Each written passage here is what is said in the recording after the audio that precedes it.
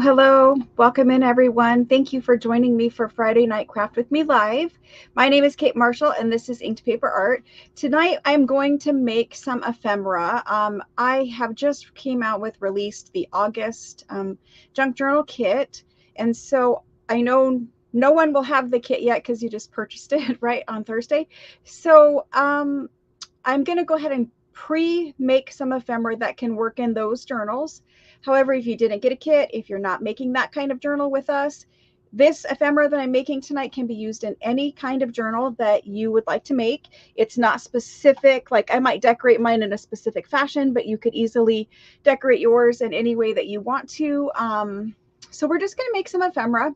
I am hoping to use the ephemera I make in those journals, but again, you don't have to. You can do whatever decorating style you want to do, but I just want to make some ephemera ahead. You know, when you're making the journals, one of the things that takes the longest is making ephemera. So getting a jump start on that should help us out in finishing our project that we're working on here in group. So anyway, hello, how are you guys? Hello, Joanne. Hello, Christy. Hello, Maria and Sandy. Hello, hello. And Ria, hello. You pulled out your scraps. Awesome, awesome. So scraps will be helpful. I'm going to be using book page, antique book page. I'm going to be using some botanical pages possibly.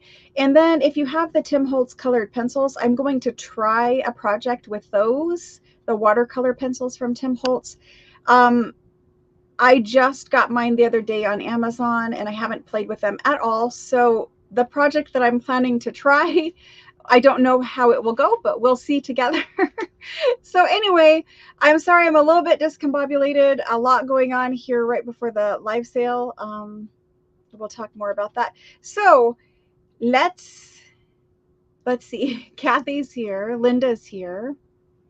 Jayzella, hello, Jayzella. Hello. Ria, thank you so much for reminding me to pull out a craft mat. Every week I forget a craft mat because this isn't my normal craft room. So thank you so much for that. That was awesome. Hello, Judy. Hello, hello. Awesome. Sandy, I don't know if I said hello. Anyway, how was the rest of your guys' week? The last time I saw you was Tuesday at the live sale. How was the rest of your guys' week? Mine was super, super busy. Hello, T. Hello, Sharon. Super, super busy, still working on everything, hoping to get lots of stuff shipped in the next couple of days. I know nobody has been invoiced for Tuesday yet. We are still trying to sort that out, but I'm trying to wrap up other things. So yeah, super busy. I know. Every time I forget the craft mat, and it's because, you know, it's something that's like on the desk in the craft room, and I never think, hey, you could just like bring another one in the other room. So I did grab one because you reminded me. So thank you so much. I appreciate that. So guys, let's start making some ephemera. Like I said, there's something that happened and it's just kind of throwing my mind for a loop. So bear with me tonight. Bear with me tonight. I'll do the best that I can to get it together here in the next few minutes. Okay, I'm going to flip the camera down. We're going to get started. I want to kind of show you guys through what I pulled out in case you guys want to grab the same supplies to craft with me, and then we'll get going. So, and I did try to change the camera settings.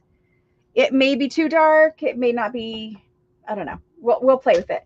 But this is the Italian kit. The Italian ladies kit doesn't really look like much in the package. I did show it on Tuesday night for anyone who missed it, so you could go back and watch that video because I'm not going to take the time to go through it all right here. But I do still have kits available. We're like 36 or 7 people so far making the journal with us. So that's the Italian Ladies Journal. There is a kit, a printed digital kit. There is, you know, all kinds of things in here, documents, ephemera, everything. That's that. I am out of sorts. Thank you, thank you. I am. Thank you. Thank you. I appreciate that. So the book that I'm going to pull some pages out of, again, I'm not sure if I'm going to get to this project or not, but I am going to pull some pages out of that Florilegium book. These are also where your pages in your kit, like there's one of a folio from this book in every kit. So you don't need to get the book because you are getting a folio. But if you have the book, we might play with it tonight. And then just random, you want to see my ugly craft mat? This is the little one that I usually like glue and paint and use hot glue with, but it was the one that was easiest to grab last second. So we will use that when I'm gluing so I don't get glue everywhere. But just any old book page, if you have like, these are some books that I'm taking apart. They're rag paper books. Any old book page will be good. I have a giant stack of those over there. For the Tim Holtz pencils, I want to try, these are Tim Holtz watercolor pencils. I want to try them on some of these. I printed these out with a laser printer so that I could fussy cut them out and then maybe color them, or color them and then fussy cut them out. But I want to try to see how the pencils with a watercolor brush will go. Now, I did forget a watercolor brush, but that's easy enough to grab from across the hall. But these were the French fashion ladies, and I think they will work for this project, even though the kit is basically Italian fashion ladies. But with the laser printer, the black won't run, so it should work okay. Got your diaper shirt ready? Uh-oh. I don't know what was going on there. I'm going to put readers on so I can pay attention to chat tonight. Oh, yes. Day 1 of the Olympics in Paris. I still don't know what the diapers are about, but anyway. So yeah, I want to fussy cut, color them. If we can't color them, if the Tim Holtz pencils for whatever reason aren't going to work for that project, then I'll just use them black and white. But anyway, so I did print out some of those with the laser printer. I forgot how much I do love the laser printer. I haven't used it in a long time. So that was cool. I do have a bunch of the Italian papers from Tuesday night. A bunch of those, so we can do, I plan to do some collaging and also collaging on the ephemera, but I want to make a masterboard also. So that's kind of where I'm at. I know you don't have Italian papers yet. But maybe if you have one of the French fashion magazines that you've purchased from me before in a Tuesday night life sale, maybe you can copy it quick with a laser printer, and then we'll play with the Tim Holtz pencils if you have those, or any other type of watercolor pencils. You're carpooling? Awesome, awesome. All the way to my house? It'd be a long drive.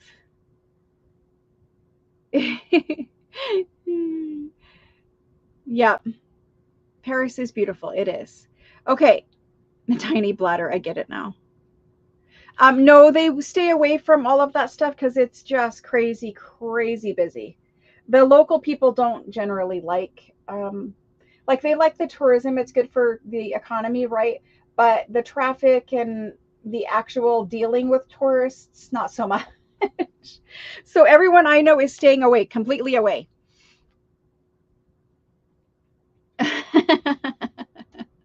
That's funny. That's funny.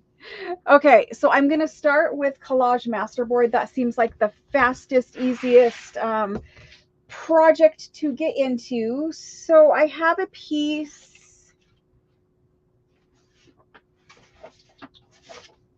I have a large piece of 12 by 12 scrapbooking paper that has been coffee dyed, and I'm going to use this for the base of my Collage Masterboard.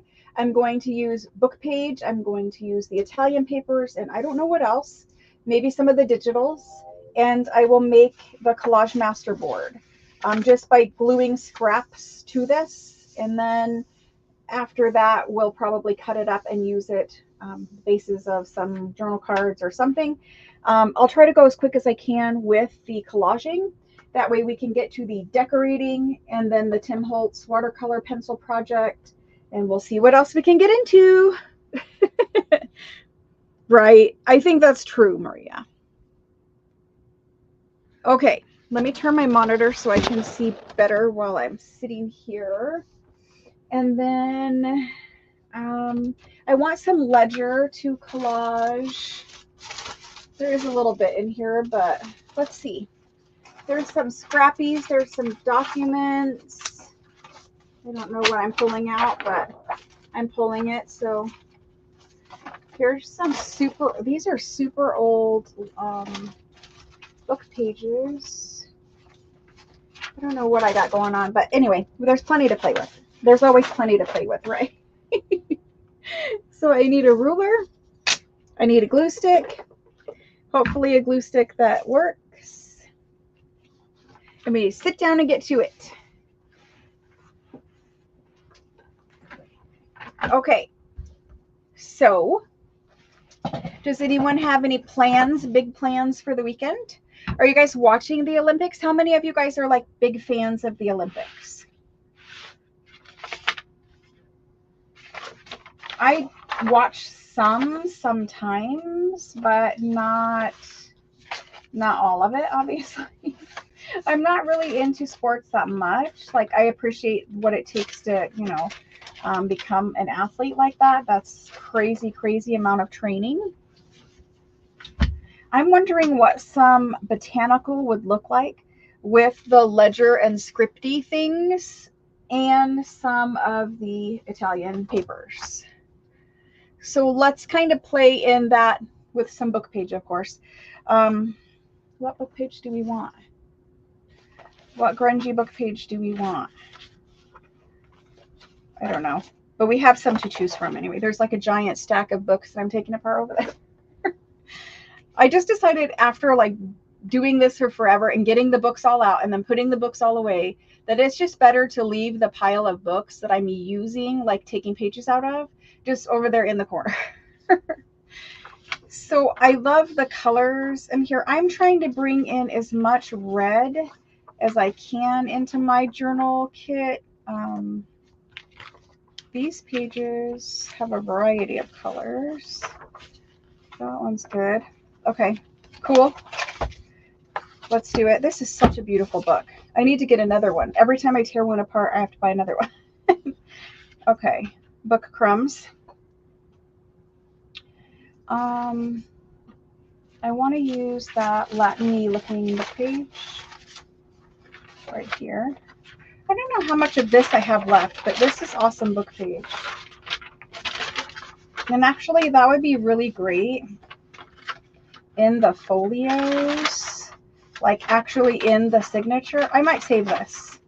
We might put these in the signature. I don't know where the rest of this book is. I lose things all the time. But I'm going to save these pages and put them in the signature of the journals. And just like I usually do, I'm going to make 3 Italian lady journals. One of them has already been claimed before I could even basically get the idea out onto paper. So there's only going to be 2 available at this point at the end. We could even use like, I have some other music too, but we could use some music pages. I think we're just going to go with whatever this book is. I don't know what this book is, but we're going to go with it. We're going to tear a little section out of it.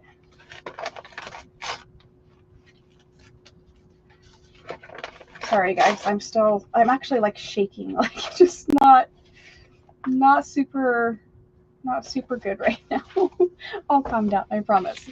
Okay, I guess we don't need this right here. Okay, we need to tear down some pages into some pieces. Does that make sense? Fan of specific events, Joanne says. That's awesome. Some, not all, plan to watch. Hello, Melanie. Yes, thank you. Thank you for coming back. Winter Olympics, it's so strange. Like, you know, I like certain events in either season, I guess. Oh, wow. That's awesome, Melanie. Awesome. Athletes are obviously looking at me. You know, I've never been an athlete. Church craft show tomorrow. Awesome. Thank you. Thank you. I wish that we had those kind of events here. And honestly, I don't even care about straight edges. So to make things faster for the collage, I'm just going to cut it. I don't the straight edges are not going to bother me too terribly much. And all I want to do is just take off some of the white. I don't need it all. If I was sitting and crafting all by my lonesome, I would take this tear ruler and I would totally hand tear it all, make it rough. But when you use a collage masterboard and you decorate on top of it, you really do not see a big difference in torn edges or cut edges. So I don't know how much we're going to need and why that was left off. It's a book board from a book. Well, let's do some of these. And for now, I'm just kind of cutting the whitest part off, not leaving a whole lot of open space. I'm going to save those little scrolly names down there at the bottom. What did you guys think of the graphic? Can you guys read the, did you guys think the graphic was okay? Could you read the words I put on the graphic for this series? Like the little thumbnail. I was nervous that the font would be too small because I make it in Photoshop and then I shrink it down. And when you shrink it down to the right size for a thumbnail, sometimes the words get hard to read. So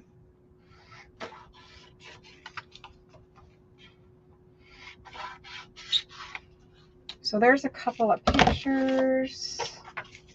If we need some super white, and sometimes I do like to add some really, really white, like this is the antique rag paper. Sometimes I like to add some really white book page in there too. So if we need some, we have some. We have extra book page. I know that I want this writing in there. It's torn right where the signature is there, but I'll do my best. I'm going to cut this one this way, and then that one that way.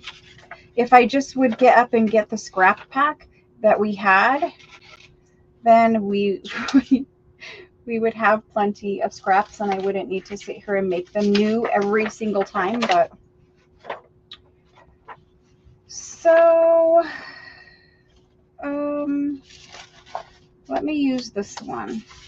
It's a little bit whiter and larger print. And yes, I will have to cut some of this, but at least we've got a pile that's pre-cut to a good size. And these are antique French ledger pages. We have some handwriting bits. But honestly, I don't have any Italian. I do have some Spanish documents somewhere. There's one in the kit, but I don't have any Italian ledger pages. The only ones I've ever seen for sale didn't have a pretty pattern on them, and I wanted a pretty pattern. So, like pretty handwriting, etc. I have my friends looking for us all the time for Italian things, but they don't really go to Italy that much. But when they do, I'm sure they will find us some. Matter of time. And you can see that I specifically pulled some the pages that look like they maybe have a little bit more of the red tones to them. And I'm trying to go a little botanical, but honestly, because we already have flowers, I probably should use something different. What else is in here? I bet you guys just cannot wait for your papers to arrive. Right? That's so similar to that one. I guess we'll have some purple. I can't wait for you guys to get them. I'm excited. I'm excited for you guys. That sounds a little weird, but I am excited. I want to know what you guys think once you get them and you can feel them and touch them and play with them. And please don't think that they're so precious that you can't use them. I really hope that you guys will just go to town and use them straight away. These ones are super, super fun. Actually, I can't use that in collage. I can use that to decorate with later, but I can't use it in collage. It's one of the embossed ones, so like you could, but for me, I'm trying to go super flat so that I don't bulk up my journals. I always add so much stuff that there's very little room in my journals after I make them. Okay, we're good. I've got a good start going there. Ooh, wait. No, we have to have this one. You know, I'm just going to do this for like ever. Okay. So I made my scraps into smaller scraps. That's what we've accomplished. You did watch some? Awesome, Cheryl. Florilegium. That's right, Joanne. Do you want to see the book thingy again? This, and I got it from Amazon. When I got mine, sometimes they're like $25. I don't know what they are now because I bought this this is the last copy I bought, and it was probably at least a year ago that I bought it. So there you go. This is the author's name up here. I love this book. Very pretty book. Okay. Move all that into the trash bin.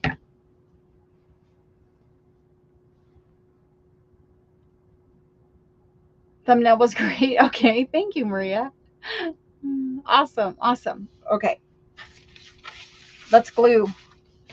I want like basically no plan, and we're just gonna do it.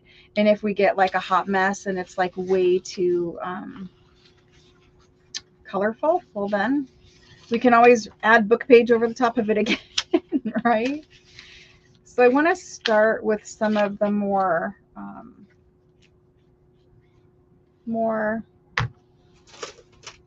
oh goody gumdrops. I forgot my glue book. So when I don't have a glue book, I just do it like this, and then I'll use a baby wipe and clean this mat. I know it kind of defeats the purpose of having a mat, but anyway, don't have a glue book. And if you don't have glue books, like if you don't have a glue book and you don't want to waste pages, like maybe all the books you have, they have usable pages in them, just get a cheap little, like even at the dollar store, they have little tiny craft mats. Just get another craft mat and then glue right on it and wipe it with a baby wipe. It kind of saves your book pages for something else, right? Something.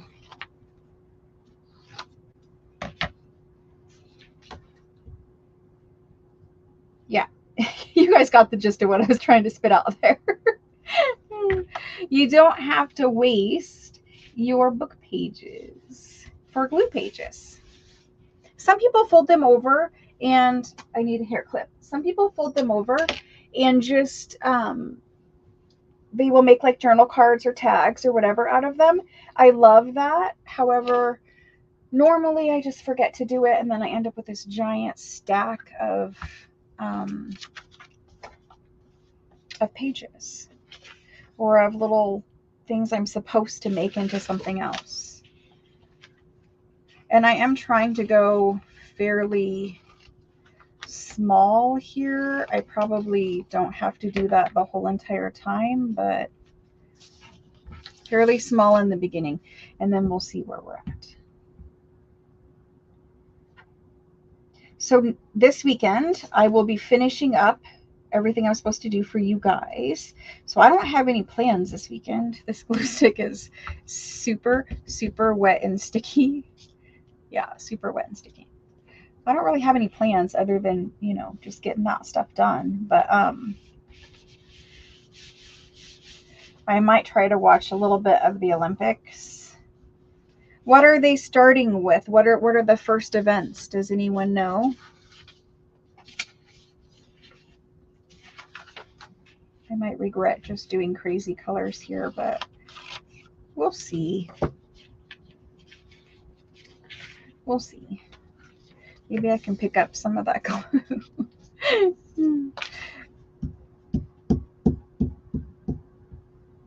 What is America supposed to be able to do well in right now? I haven't watched Olympics in a long time, so I'm completely out of the loop as far as, what we have, super good athletes in. I mean, obviously all the athletes are awesome, but I know that sometimes we have goals where, they think that we can maybe win gold with a certain sport or something like that. This one's going here.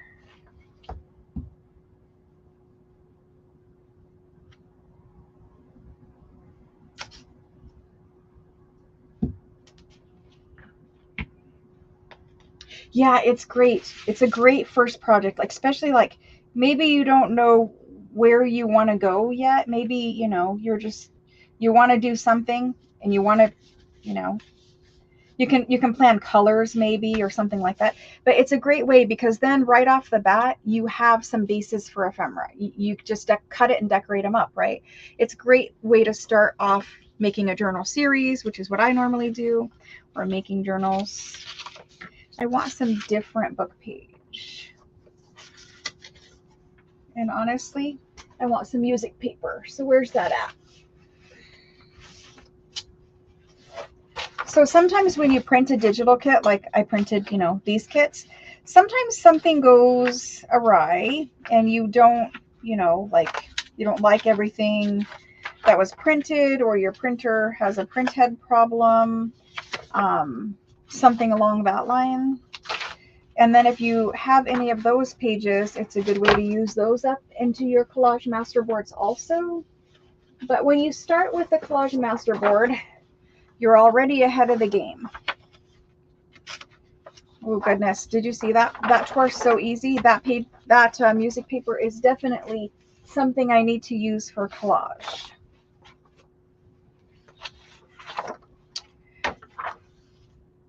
Hi, Shelly.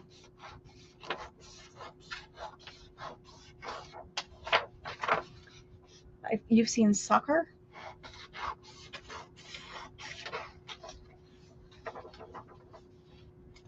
Use a magazine for gluing? If I had any.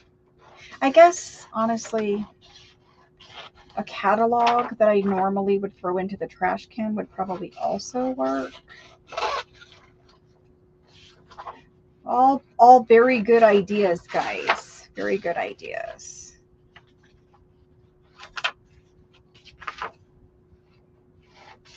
I guess it's just the, no, I was going to say, I guess it's just the edge of this music paper that's brittle, but no, it just tore again. So it's very aged. I guess it's going to be used for collage only now.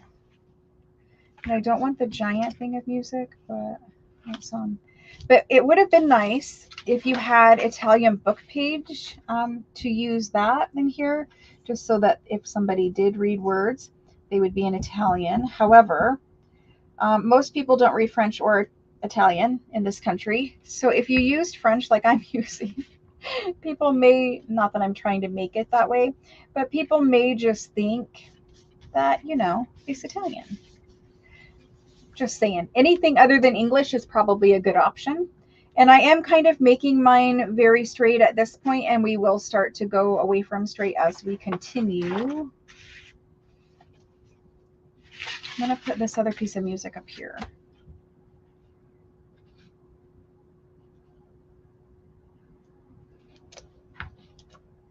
And then with collage masterboards, I generally sew around whatever I make, like journal cards, tags, etc. Sew around it, which also helps hold stuff down. I want to get some of this paper on here. And I think I just want one little section. And I want to go across this way.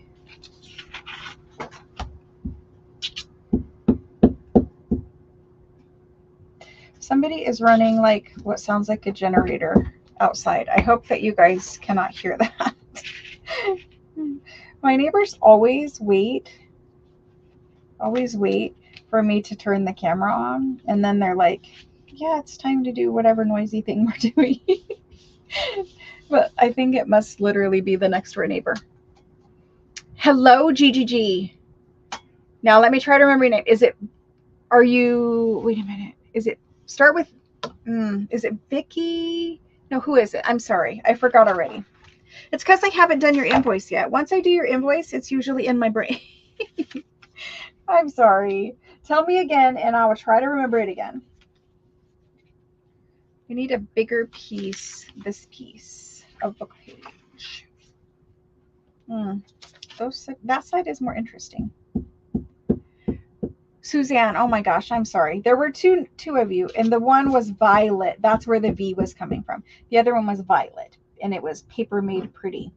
And so because I gave you guys both little in my head, right? And hopefully you're not offended by this, but in my head on Tuesday, I said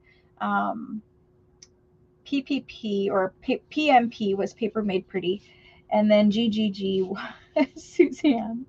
And now I've already forgotten. I'm sorry. Has been a crazy couple of days. Let's do some handwriting up here. Let's do kind of like a skinny strip of handwriting and make it go that way. I took out the floral digital page here. That one is in your kit, or one very similar, because there was a lot of different patterns of that. And I was thinking about putting some of that in here. We'll see how it goes.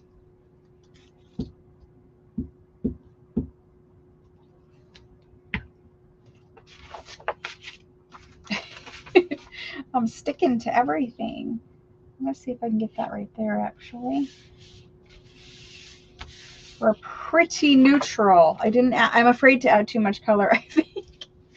I'm afraid to add too much color. Let's use a little bit of this. And let's put this one right there.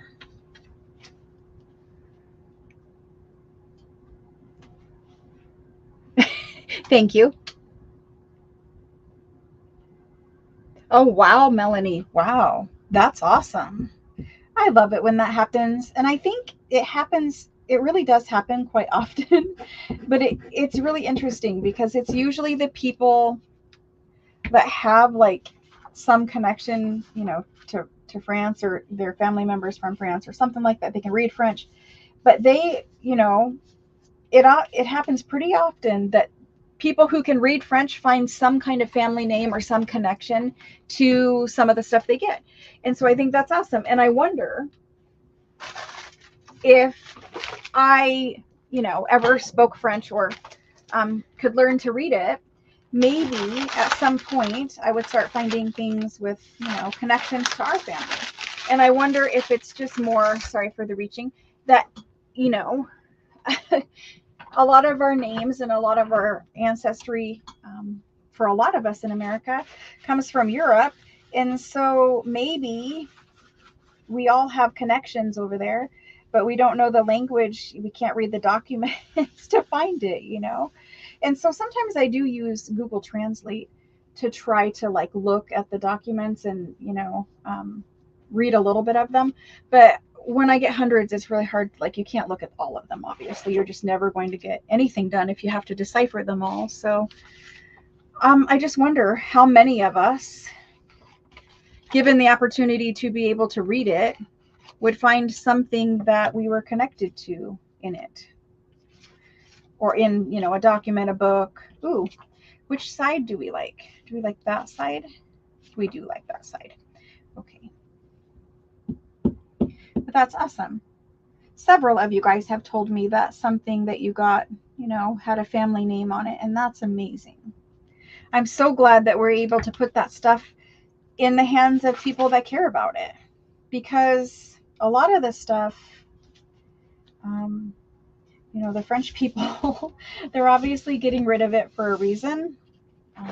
They just, nobody can keep everything. You can't. So I get it. So they're getting rid of it, and we're getting it, and we're appreciating it. I am going to try to add a little bit more color in here.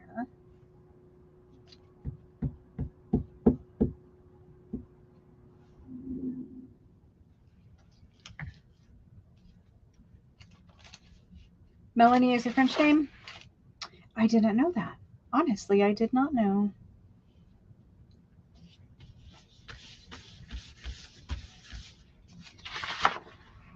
I generally go all the way around the border and then start going on the inside. I don't know. I've just decided that I wanted to play, I guess.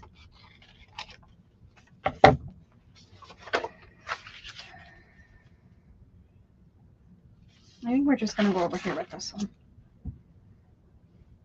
The generator turned off. It's quiet.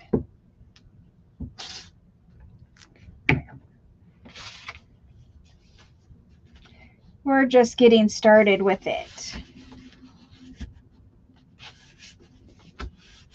Everything is super sticky.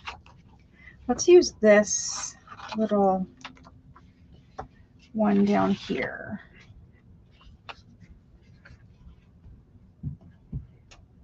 So how many of you guys watch Tim Holtz's like new product launches where he does the demonstrations and shows all of the examples? Like he has a design team and all of the things they make. How many of you guys watch that? Yep, Donna, masterboard so far.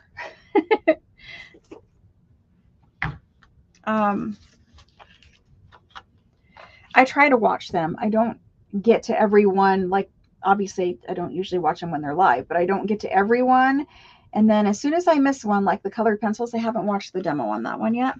As soon as I miss one, I feel like I missed out on something. And I really do try to go back and watch it. And every time I watch his videos, he is such an inspiring demonstrator. Like, I know that's where he got his start, right? He got his start being a demonstrator and showing the various different products. When he started out working at Ben Franklin, I think.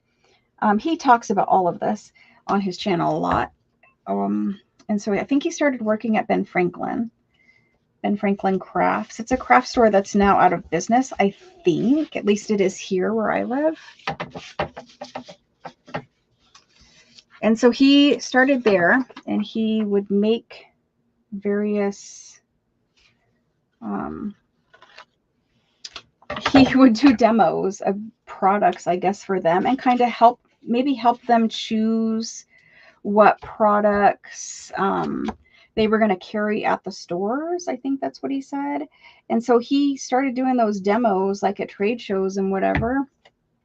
Eventually at some point, I think for Ranger, and everyone just loves him. I don't know if it's the voice. I don't know if it's personality. There's just something that it is just so easy to watch his videos. Yeah. Anyway, I'm going to put some of this purple in here. Right, Joanne, right. The Halloween one. I don't do much with his Halloween stuff because it's a little like scary and dark and grungy, whereas I'm not at all. I am going to put that there. I'm not at all scary or dark or grungy. So, I mean, you know, I guess I'm scary sometimes, but that's just not my style, right? So, I don't do much with the Halloween. I like it. I think it's really cool, but yeah, I haven't really played much with his Halloween stuff. I know there was something else I wanted to add in here, and now I don't know where it is.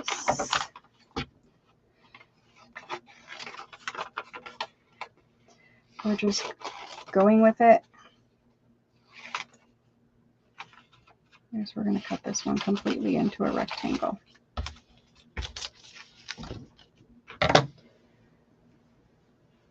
Oh, yeah?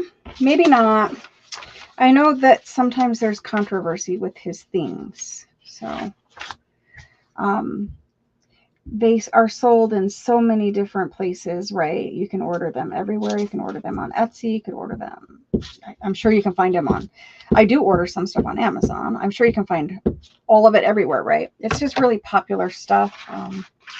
But I know that sometimes when that happens and, you know, everyone can find it everywhere, sometimes for retail stores, you have to think about how long something sits on the shelf and takes up that shelf space. Because retail space, it's so expensive, and you have to make every little square inch basically make you money all the time. And so if something is sitting and not selling through because most people are buying it somewhere else, then don't expect it to be on the shelf next time you go there, right? Like it doesn't stay there forever, I guess is my point. And so they might be getting rid of it, even though it's still popular, or maybe it's more of a, I don't know, a different kind of issue for Hobby Lobby, because Hobby Lobby does have some different, how should I say that, different beliefs on certain issues. So maybe it has more to do with that. I don't know. I don't really want that there. I don't really want it there. It is going to have to go. Nope. I'll put it in the corner. No, I'm not. I'm going to put it over there.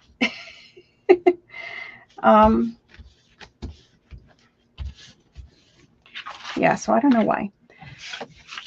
I like his stuff a lot. It doesn't fit in every journal that I'm making, but I do like it. And I like the fact that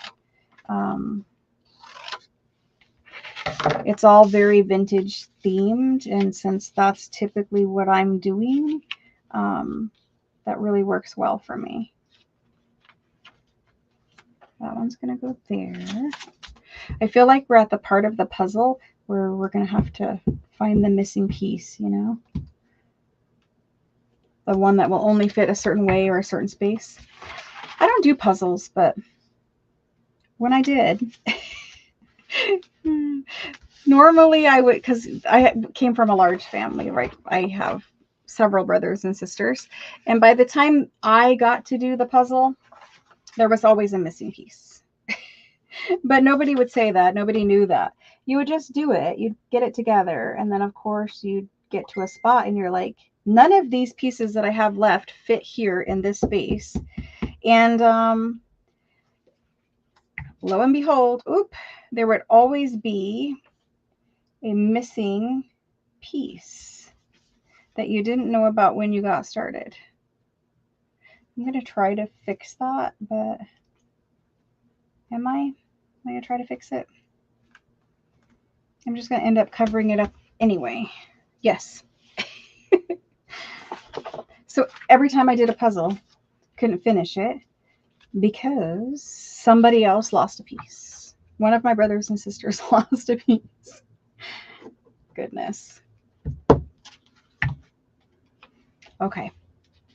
Now let me look up and read chat. Hello, Rebecca. Scrapbooking days. Wow, yes, that's awesome. I did his early on when he himself did workshops or retreats or something, workshops, I guess. He had one where you used his inks and you learned all of his inking techniques. Now he just does that stuff for free. It's just on his YouTube channel. But early on, you would have to pay money and you would get to go and, you know, make tags. That's what we basically made, was tags. And I'm just going to put that whole piece on there. We made tags learning all the inking techniques. And this was like at least 20 years ago. I mean, I don't know. It was a long time ago. I don't know how long his inks have been out, but it seems like 20 years. It was a really long time ago. And that was fun. He was always very entertaining.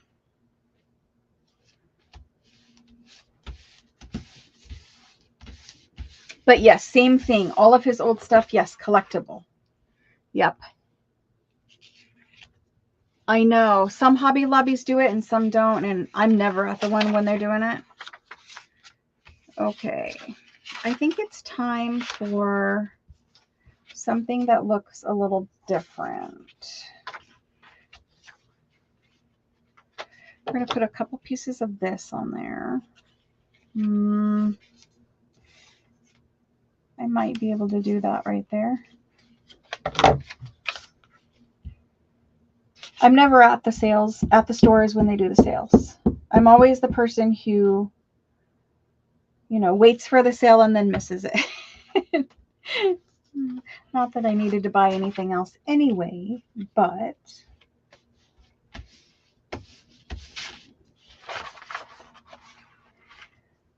okay, we have skinny bit here, a little bit here, a little bit here, and maybe a couple little areas that I just want to change what we've got going on. I think I'm going to put some more purple, but I don't want to get it in the same block as that purple.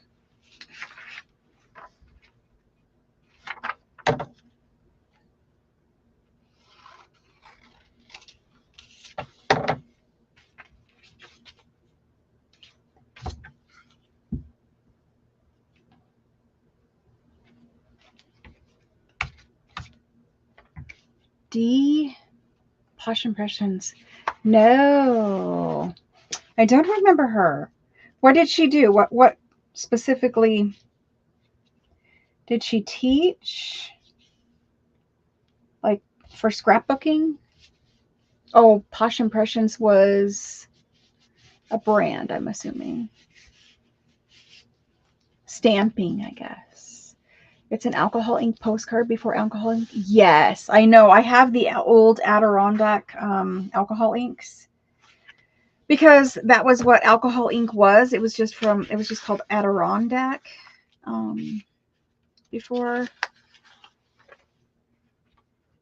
I am going to have to put that there. Before Tim Holtz decided to do it as Distress alcohol ink or Ranger or whoever made that decision, but I guess he is going to have new alcohol ink tomorrow. I guess that's what his thing tomorrow is, or maybe it was today. I don't know. I haven't been on TV today. I have no idea. When I say TV, I mean YouTube, but you're fine, Christy. I know. It helps me see your comment. It's all good. Big Stamper. Oh, I see. I see. Scrapbooking show on HTV. Perfect. That's right, Joanne. That's right. Absolutely right.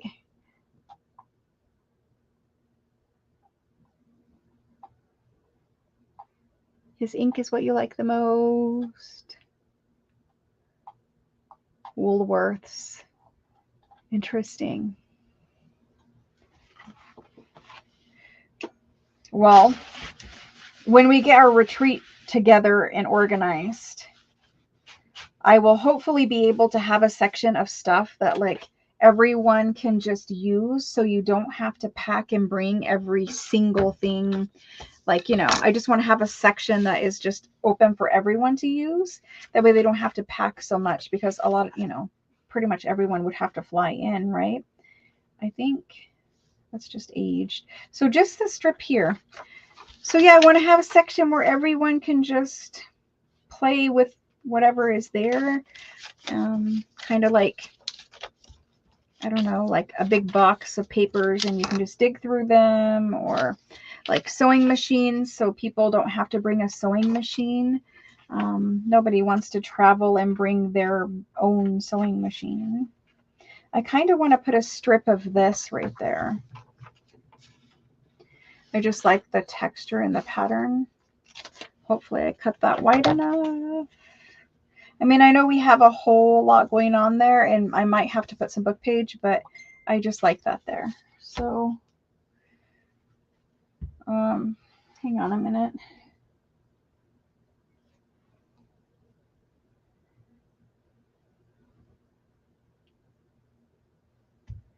So many messages. Okay, so I don't know what I was talking about, but yeah, the retreat, I want to have stuff that you guys can use so that you don't have to pack everything, because that is honestly the worst. You go to retreat and you want to be able to do all your normal crafting stuff. You don't, you know what would be really good is if I changed it and moved it up and then put something else down there. Nobody wants to bring a sewing machine on a plane. You're just not going to, check your sewing machine and have it go through all of that. Your sewing machine will never work again after that. I'm quite certain if you Maybe some of you have done it, but I just can't imagine mine working after I put it in like some sort of suitcase or bag and just checked it and said, yep, put it down below. I don't know. Maybe, you know, I'm not knocking them. I'm just saying sewing machines are not built like they used to be. And I can't imagine mine deciding to play nice after I put it in a bag and put it in checked luggage. Maybe I like this side better. I think I do. No. So yeah, I don't know. We're getting it together, trying to organize it all.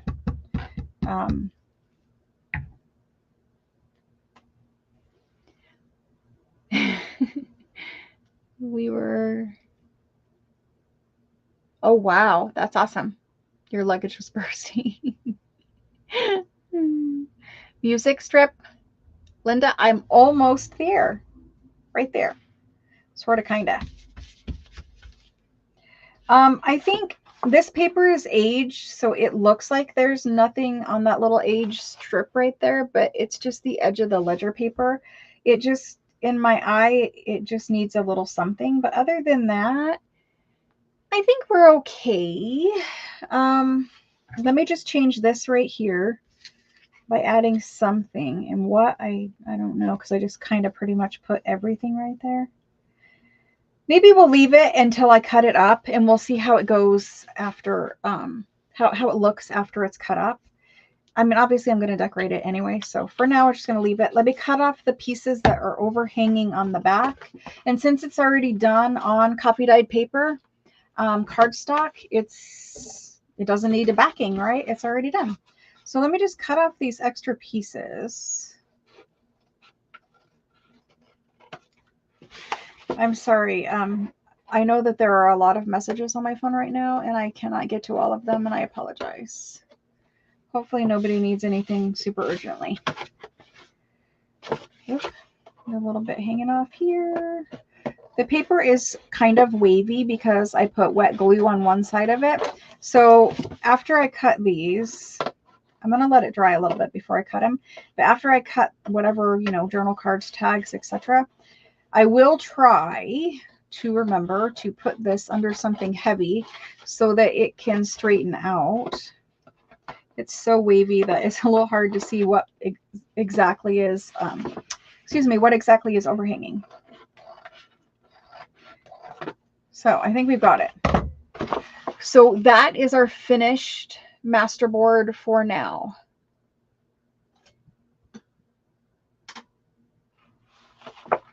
Okay. Thank you guys for joining me. Super fun. Super fun. I love Craft With Me.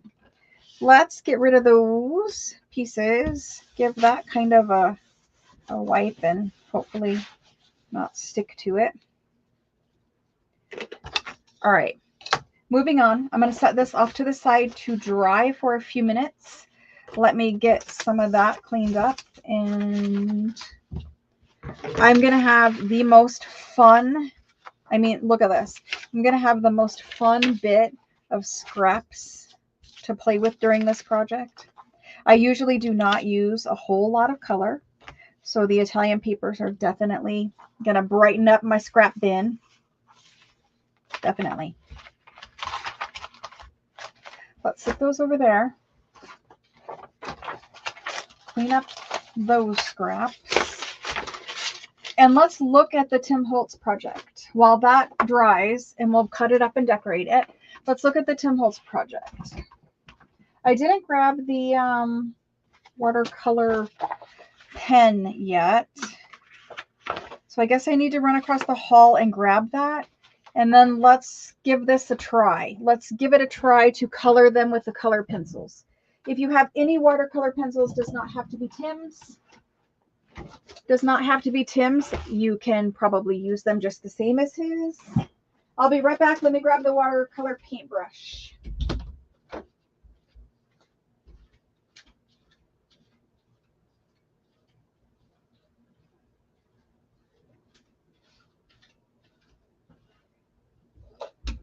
Hopefully in the Arizona desert, the water in my paintbrush did not dry up. It did. It did. So I need to go grab some water. 2 more seconds.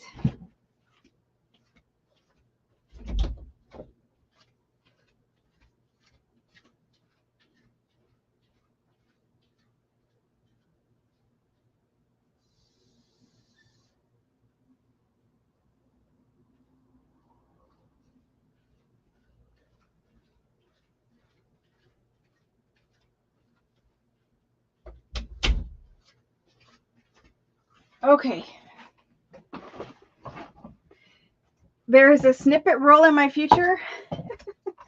I don't really do that much snippet rolls, honestly. I do more use my bits for collage. I think for me, the collaging is more fun than the snippet roll making. Masterboards I like. I love that. I don't mind snippet rolls. It's just not something that I instantly think of doing. So let's look at using one that I have a duplicate of in case I mess it up. If I have any duplicates. Actually, we can try it on something that it totally doesn't matter. Like this little girl right here. I probably wouldn't put her on anything, but let's try to use her. So what I want to do is remember how my paintbrush opens. This one is hard to get open, and I can never figure out why it is so ridiculously hard. I'm going to have to use a different one. And that's sad because that one is my favorite. Maybe they're all so ridiculously hard to open. Why am I not able to unscrew these? Well, this one has water in it, so we're just going to go with that one. I wanted one that had more of a detail-y little nib, though. That's a super wide one. This is my favorite one, and I can't get it to open. Oh, well, it has water in it, too, so I guess I didn't think they did. They looked empty. It's water. It's clear. But they looked empty to me. Okay, let's try coloring them with some colored pencils. So basically, these are woodless colored pencils, so they do not have any wood on the outside of them. They're just straight up waxy. I mean, I guess he'll be mad if I say waxy because I'm sure they're not waxy, but they're just the crayon part of the pencil. There's no wood. There's a wood wrapper around it that's like paper, but there's no wood. So when you buy his pencils, you're getting this much color. Whereas if you bought a wooden pencil, like a wooden colored pencil, it only has that little tiny, ribbon of color that goes through the wood. So I kind of liked that idea, how you get more colored pencil for your money. They weren't terribly expensive. I bought mine on Amazon just because I wanted the whole entire set, and Joann's doesn't have the whole set. So I got them on Amazon. We might actually use that burgundy color. Let's just try it. I don't know what color this is. This is fired brick. I never like fired brick. I just don't. Again, he's not going to like me saying that. But fired brick is just not my color. Maybe we could use festive berries. I don't know. Let's just give it a try, even on the white part of the paper, and see how we like it. They screw backwards. Yeah. I kind of remember something about that, but so I wanted to kind of see if I just scribble a tiny, tiny bit, like lightly, or if I actually like press down and scribble, or if I just scribble light. And because I've never used these before, I want to see how the water, from squeezing it, there's water everywhere, how reactive they are. So I want to start with the light one first and just kind of see what happens. I want to see how much I can blend out. And this isn't watercolor paper. It's 32 pound laser printer paper. But I want to see how much I can blend out the pencil mark so that you don't see the actual scribble line. When I pressed hard, actually you could blend out that pretty good. I'll hold it up and show you. But when I press lightly, like when I scribbled lightly, that pencil mark is just kind of there. So the pencil mark pretty much disappeared here at the top. It pretty much disappeared, and that was pressing hard. When I just went really, really light, the pencil mark is not disappearing. Like you can see my scribble, but not at the top where I pressed hard. So I think a firmer pressure is going to be better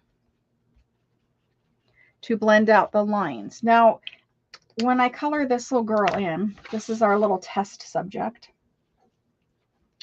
I'm just basically coloring her clothes. And these don't have a very fine point on them. So you're going to have to just kind of get what you get with it. I'm trying not to go outside of the lines, but inherently I will a little bit, of course. So I've done the outline, and I've done just her coat, her cloak, whatever you want to call that. I've done just that colored in, and now I want to blend it.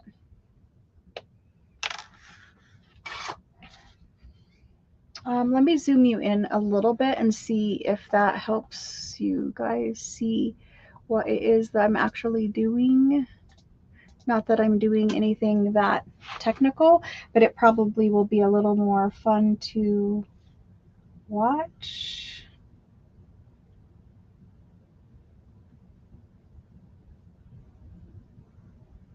So I probably colored entirely too much here. It is going to be a nice burgundy over the black laser. It kind of looks nice, and I don't want to use too much water, but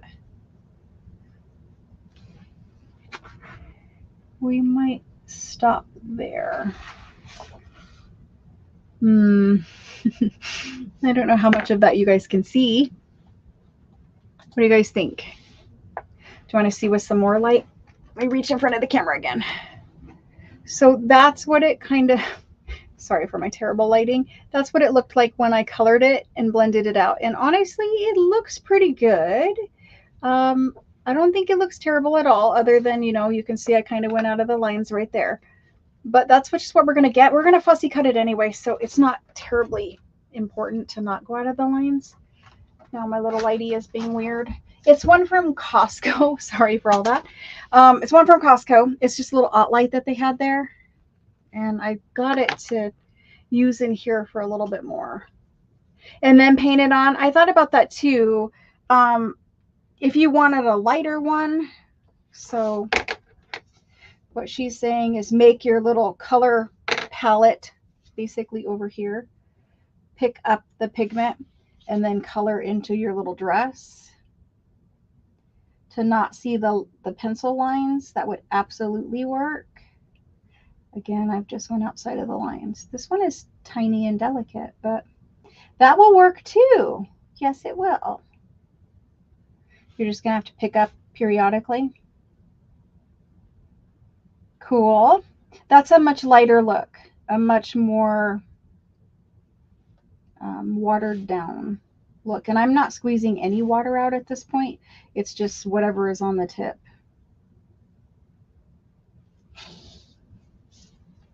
So I think this will work to color our dresses, our ladies' dresses.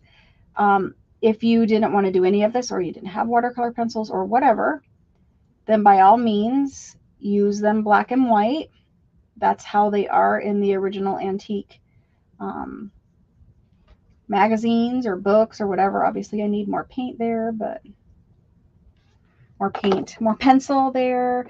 If you have some sort of like dish that you can scribble a wax pencil on like this, it's not wax, but you know what I mean. If you have like a little ceramic dish, you could probably just scribble this in there instead of putting it on paper. I'm trying quickly to get this colored in the rest of the way. Being super messy now. I mean, if we fussy cut it, it would probably be fine. A little more shaded, little definitely lighter. This was a darker image, but definitely lighter. So let's do it a couple of ways, and then we'll fussy cut these ladies out.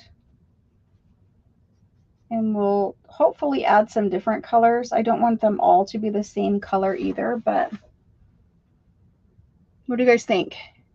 So this is a way that we can take the French fashion magazines that we all of us pretty much have them now, because you guys have all bought them pretty much. If you don't, they're available. You can talk to me about them on Tuesday. But we can take our ladies from there, and as long as you're laser printing it, because you're using water, and if you use an inkjet printer, the black ink from an inkjet printer should reactivate with water, and you might get more of a smeary image. You're going to have to test your printer out at home and see, you know, how much you like that effect or don't like that effect. But with a laser printer, laser printers don't use ink. What they use is toner, and toner is basically powdered little bits of plastic. And then how it prints it is it takes that little bits of plastic and melts it onto the paper. And that's why it's not reactive with water. So that's what this is. This is laser printed, just copies, scans, you know. And then you can change the size of the copy too. Like when I took these to the laser printer, it has a copier on the top of it because it's an all-in-one. You can adjust the size. Like some of them were done at 50, some of them were done at 76, some of them were done at 100%. So you can change the size and we can cut them out. So let's go ahead. I don't know about her because her train is so wide. It's gonna be difficult to fit on there. But let's look at maybe this girl here.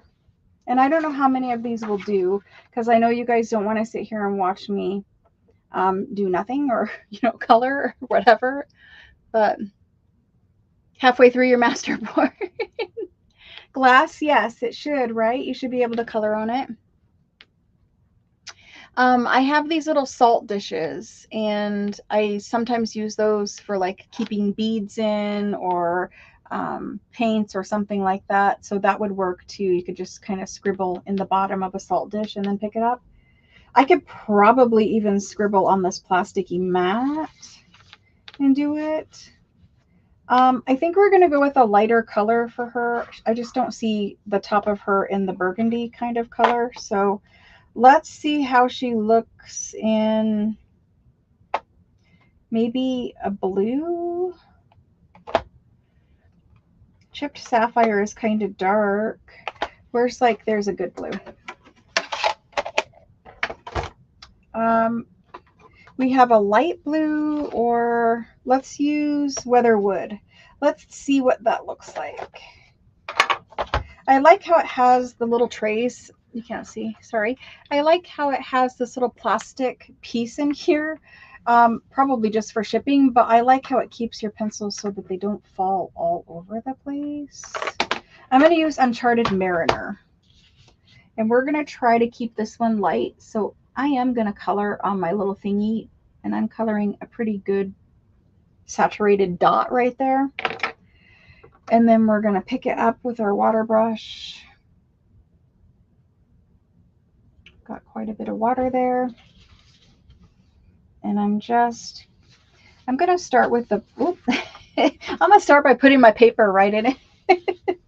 I'm going to start down here with the bottom part of her skirt, dress, whatever you want to call this. So this technique would also work for coloring like photos. You know how he has his paper doll line?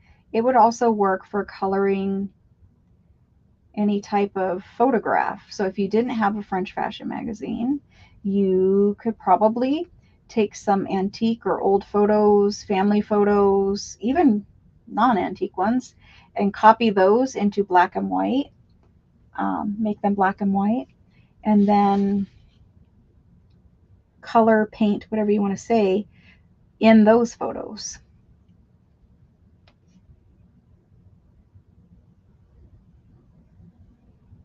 I liked the idea of being able to play with it with the water brush. I really didn't need another set of colored pencils, but being able to play with the water brush sounded fun. So there's her dress, the bottom of it anyway. And again, this is just 32-pound paper, so it's not by any stretch of the imagination perfect for this project, but I didn't want to use something thick like watercolor or whatever because I plan on gluing these down to tags. So now for her top section, I do want that to be darker.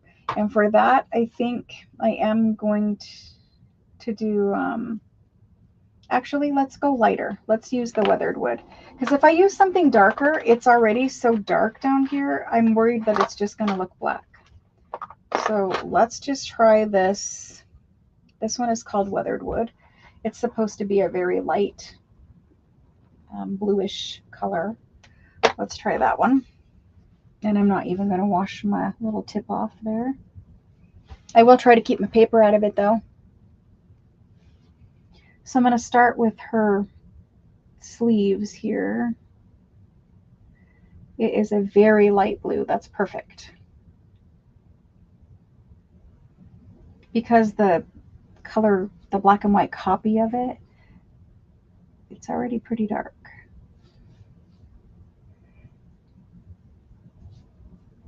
I don't know how much of that you're going to see. But we're just kind of tinting, right? It's just tinting.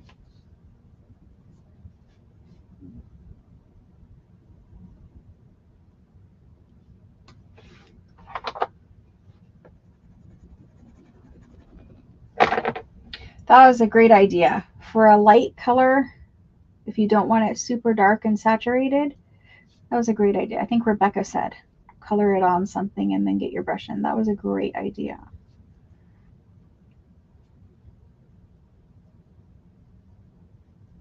Okay, now are we going to attempt to color these little tiny flowers, or are we just going to let them be black and white?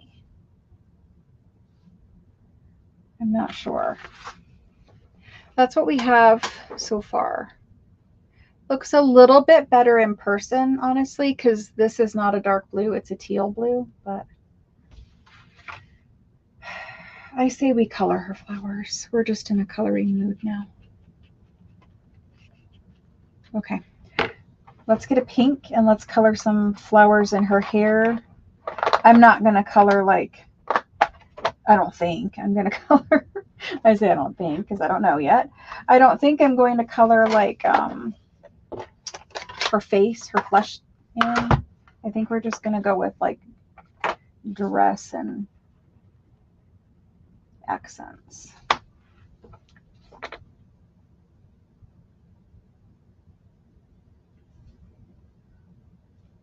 Picked up all that pink. Let's put a little pink in her flowers. Can you see? Yes. A little pink in the flowers on the dress. And with this, you don't have to even get it all.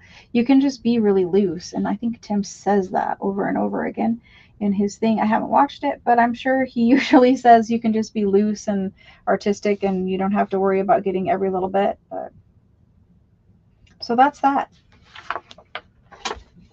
It does look better in person. But let's let her dry for a few minutes. We'll cut her out in a minute. Do we want to do this one right next to her? Let's just do it. It's on the same page. I'm going to go ahead because we have the pink here and the pink brush. I'm going to do these flowers in her hair.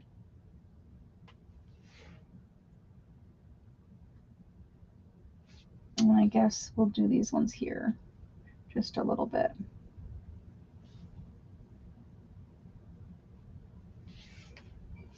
And then, of course, there's roses everywhere down here. I'm just adding the smallest hint down there. You guys probably can't even see I colored them, but there's a little bit of pink there, a tiny bit.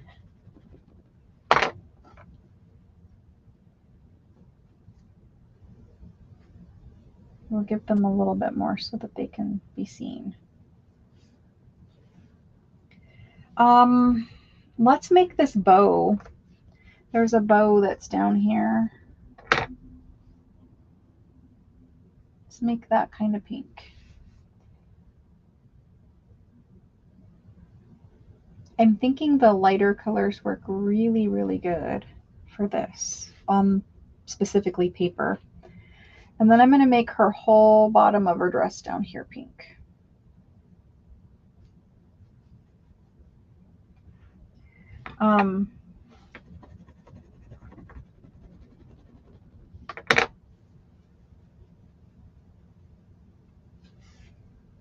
It's got kind of like a whole bunch of flowers layered up down at the bottom of her dress. I will hold it up so you guys can see it. I'm being super messy.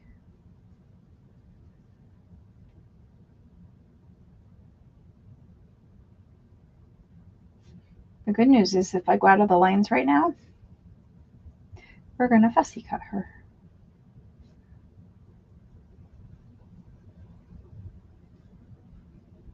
Now I'm going to color some of my cabinet cards with it. Okay. Oops, there's the camera. That's what we got for that one. It doesn't quite look as messy in person as it does through the camera. But anyway, let's add some light blue to her gown. And we might just use that weathered wood again. I kind of liked the, it's almost like a French blue to me.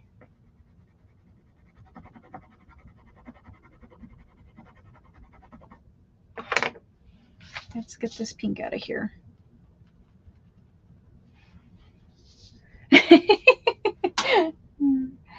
I'm sorry, I'm being an enabler right now. I do apologize. You guys all enable me all the time.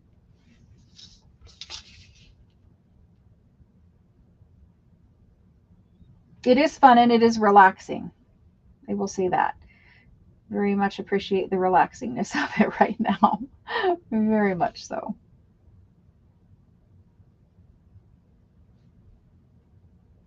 I got to remember to leave some of this white like it was lace and not color every single bit of it blue. I think it's going to take me a little bit to get my coloring technique down on these little images.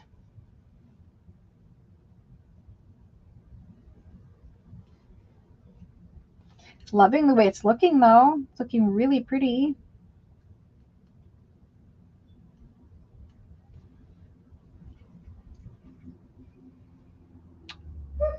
So, I don't know what else we can talk about other than Olympics. What'd you guys have for dinner? Those of you that it's been dinner time yet. What'd you guys have for dinner? I always like to know what you guys are having for dinner.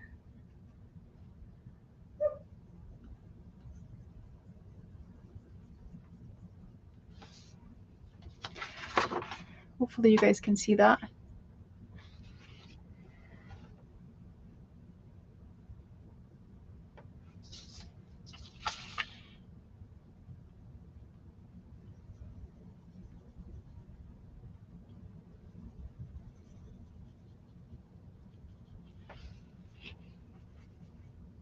Trying to mop up the rest of it. I think all of her bottom skirt was lace, but it's now blue. It's hard to know, right?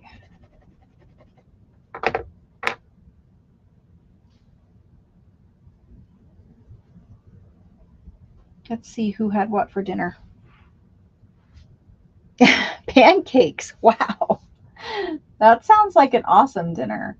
I have been wanting breakfast food really, really badly. It's been a long time since I had like pancakes. I think I've just been craving it. Okay, so we're going to speed this up a little bit.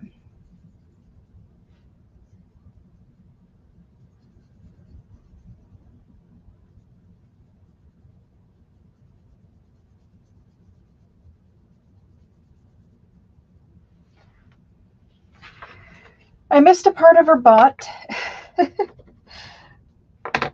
Her butt is so poofy. I'm sorry, it's not a butt. Her, whatever this is called, bustle, is so poofy. I actually missed it. Okay. Sorry, maybe it's better if I don't hold it up. That's what we have. Taco Bell? Yep. Awesome, Angela. Awesome. Salad for dinner? That's amazing. Sounds really good to me right now because it's so hot out. Daniel Smith's watercolor for printer paper? Awesome. I didn't know that. Awesome. Well, I think we're going to call her good for now. I do see that she has a pink necklace of roses, so I wiped off my thing, my paintbrush, and I am going to hit those little bit of, I'm going to try a little bit of roses there with a little bit of pink. Just ever so slightly. She's wearing gloves. She has shoes. You could color all of it. I'm going to leave the rest of it just so we can move on and cut her out. 90 color watercolor. Yes, obviously you can do it on watercolor paper. Yes. I just said for my purpose tonight, because I want to cut her out and glue her down, that I was just going to use. I did use 32-pound paper, but other than that, I tried to keep it pretty thin. There is watercolor paper included. It's watercolor cardstock included in your kits. Okay, so for those that don't know, he has 6 different sets of watercolor pencils. And in addition to the 6, he has the scorched timber. I don't know if scorched timber is in here, but the set on Amazon that I got comes with all 6 of the sets of pencils, and it comes with an extra black and white and a scorched timber. I don't know if scorched timber is in here and this is an extra, or if he came out with the watercolor pencils and then scorched timber. I don't know what the situation is there, but that's that. Let's cut this out. Chicken pot pie, that sounds good. It's too hot here to run the oven for that, but that sounds good. Grilled cheese, that sounds good too. A clear medium, yes. And also, he has that collage medium that would also seal things. A medium on ink jet first. It wouldn't run. Yeah, that any type of clear, they have a clear gesso.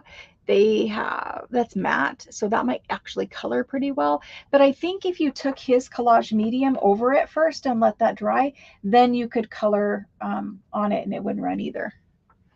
I love that you guys are helping each other out there.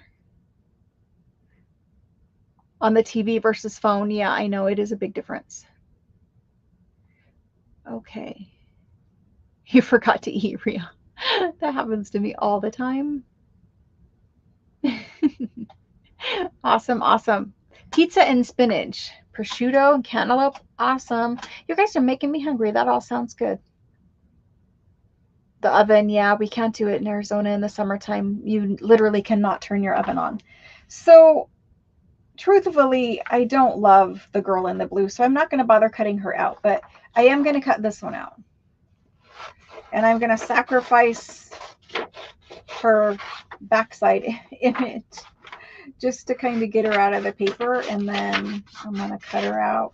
And then we're going to make some kind of tag and stick her on it. I'm not planning on sticking her on the masterboard. Not that you guys can see that, but yeah, I will zoom you guys back out here in a second. I'm not planning on putting her on the masterboard because she is kind of busy already. So like, you know, there's a lot of decoration to her and her dress. And so I don't want to stick her on something that's also very busy. So we will, uh-oh, I forgot to color the rest of her bow and then I just cut it off. One of the tails of ribbon is now missing. It's hard to know what's what when you actually sit there and study the pictures like that. It's hard to know what's what. Like, I kind of thought that went with the other, like the back half of the picture. Anyway, I don't really think it matters. I think these will be perfectly fine. So I hope to have some more time soon to sit and color and play with these because they do seem fun. I'm glad I got them. Actually, something that, you know, I bought and probably will use, as opposed to all the things I buy and don't ever get the time to use. And if I would get out the fussy cutting scissors, it probably would be better. But I like that we're going to copy our girls instead of using the originals. That's cool too.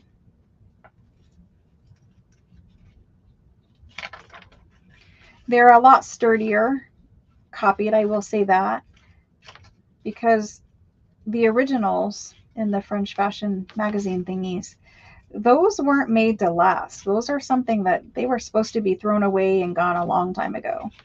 Like, they serve their purpose, and, you know, they weren't printed on archival paper and things like that. In 1880s, I don't know if they knew much about archival paper, but so they are easier to cut out once they're copied onto something, copier paper, whatever. I was like, did I forget the whole other half of her dress? No, I think that's just shadow.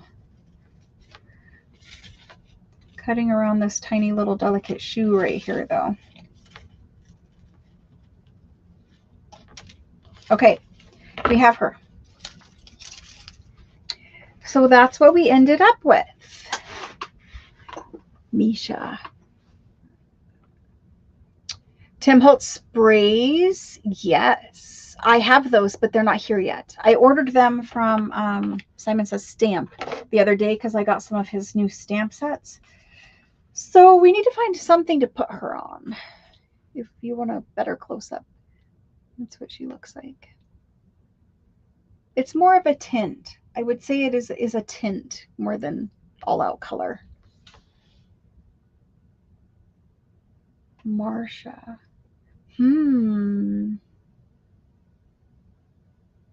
Black watercolor paper. Interesting. Wow. Awesome. Awesome. Garlic butter and grilled cheese. Wow.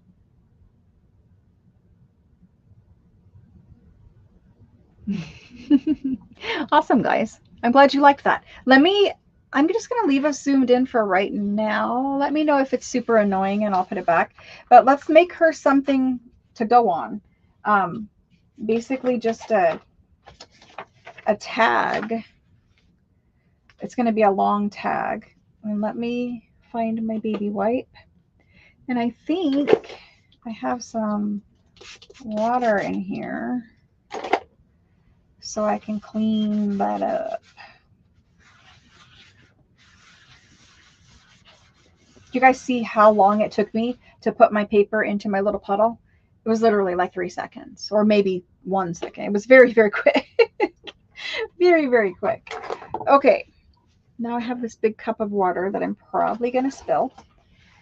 Again, I want to use some scraps that we had out before. I don't know if I cut all these too small or these. Yes, all of those are too small. Where did I put the other ones? Over there. I know I want book page text, script, something like that, some form of writing. For a big tag, that's a big piece anyway. We could use book page. There's some pretty German book page. Maybe we'll use the German ledger and the German book page. And then maybe we will put some Italian Florentine paper back there. I'm going to make her on a sturdy tag. I just think that when I do super big tags like this, I want to put them on something that's really sturdy because you have to think about how it has to be shoved down into a pocket. And if you do it on something flimsy when you're going this long, chances are it's going to be really hard to get in and out for the person who has the journal. So if you're doing a really long tag, really tall tag, think about putting it on something, you know, as sturdy as you can. I do like these shipping tags for that purpose. So I'm going to do that. You can see how she's going to fit on there pretty nicely, right? So I'm going to ink the edges and the back. Well, no, let's do the collage first. I was going to ink it first, but let's do the collage first. I kind of like the way this...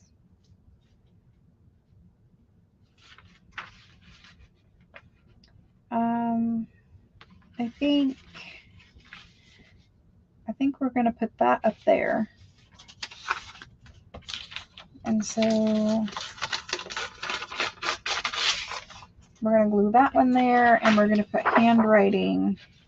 Do I have any numbers? It would have been better to have the piece with the numbers on it, since it is ledger. Let's use this one. The numbers right there is what I'm after. So I'm going to stick this one here and that one there, and then she'll go there. And I do hope to put some Florentine paper somewhere on there. We'll see. We'll see. If photo, use alcohol inks.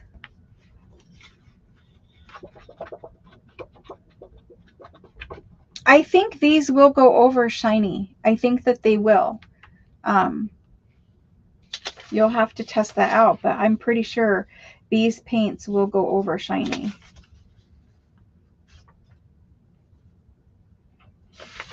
Okay.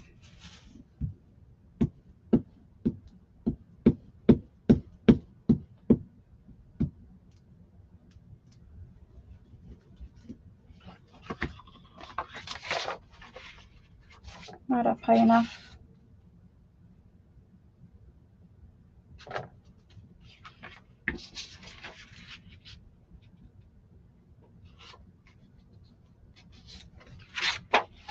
And all I'm looking for here is straightness. Okay. This is super old 1820s rag paper French ledger.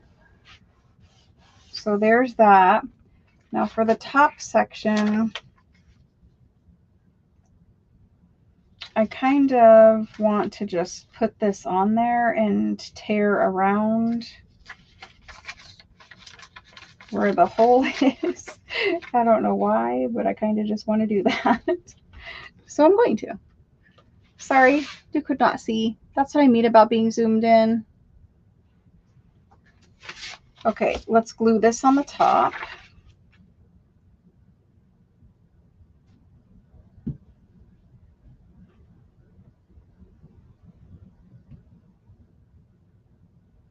I think you guys are really going to find it relaxing to sit there and paint things. Paint pictures, paint people's clothes, paint whatever you want to paint.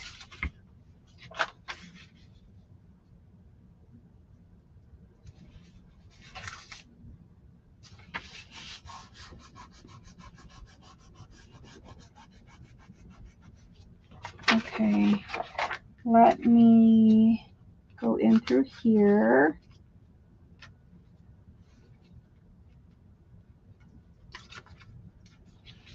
Kind of get that down. Then let's do some trimming.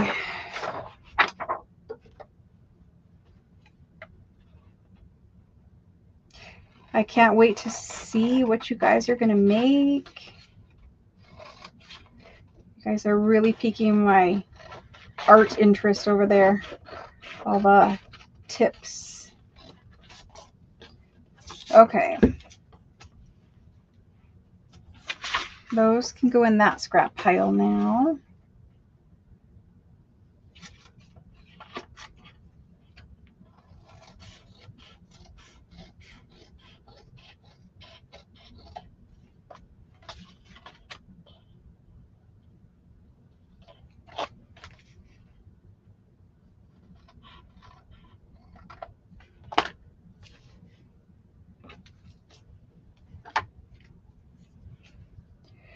Okay.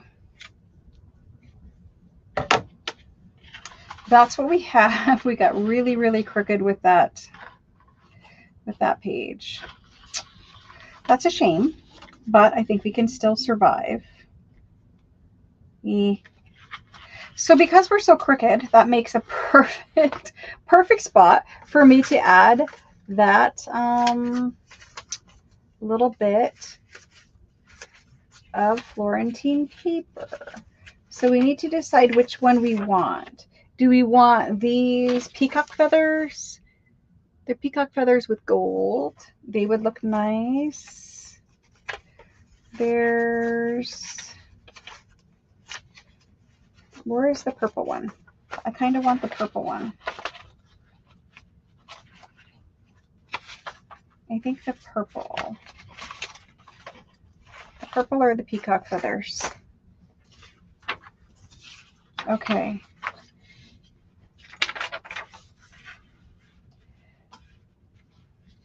So yes, let's add some of that somewhere on here.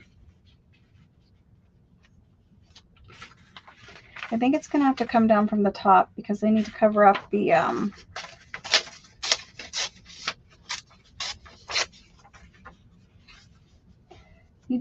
my crookedness, my crooked book page. I think it's cute. And then maybe I would do some kind of label or something down at the bottom. But let's get that on there. Now, I want to kind of ruffle that a little bit.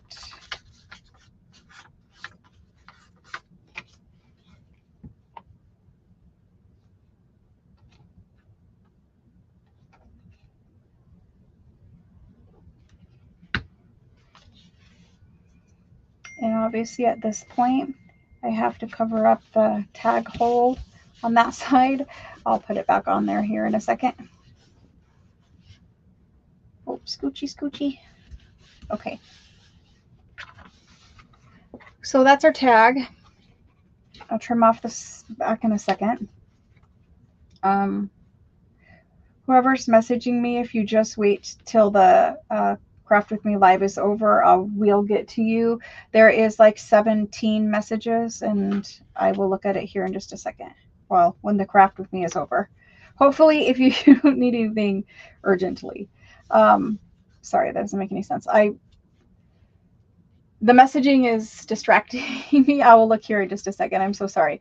There is something happening in my messages, which is what flustered me right before the thing, which is why I'm trying to not read that right now. Some of you will understand what I'm saying. Like sometimes something's going on and you just need to take a step back from it. And that's what I'm trying to do. But the messages keep coming. And so I just want to look at that later. Anyway, let's put her down on there. The peacock feather, you liked that one better. It did have a little bit of purple in it too. So to glue this down, I do want to just use glue stick on it. Just because it's going to stick without leaving any lines. Sometimes the art glitter glue will leave little lines on the paper. Even though this is 32 pound, it probably could have held it just fine, but I am over gluing her. Uh-oh, did I bend her? No, her shoe's there. I'm like, did I bend her shoe off? I hope not. She doesn't want to lose her slipper. Well, there's paper stuck to it. Okay, let's get her on there. So that's that.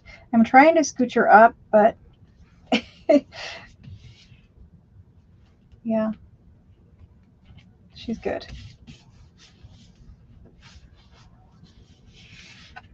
So that's what we have so far. Let me cut around this little bit of paper that's sticking over the edge so we can see the whole thing. When I'm done, I'm going to ink the back side. I like to ink the backs of all of my tags just because even though it's not pure white or anything, and you can leave white, white's not terrible, but I do typically take the ink and ink around and then kind of go over the middle to kind of faux coffee dye it. Let's repunch this hole and put that back on just so I can see that. Thank you, Tasha. Thank you, Christy.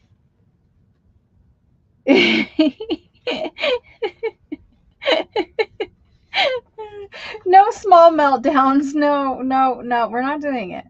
We're not doing it. There's nothing to have a meltdown about.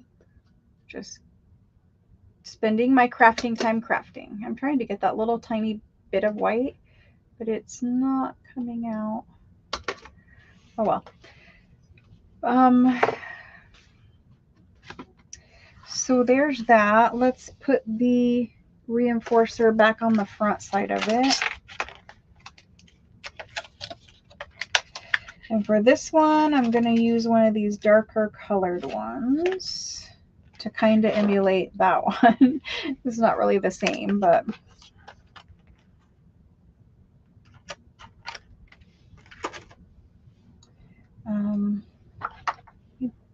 just try to darken it a little bit more.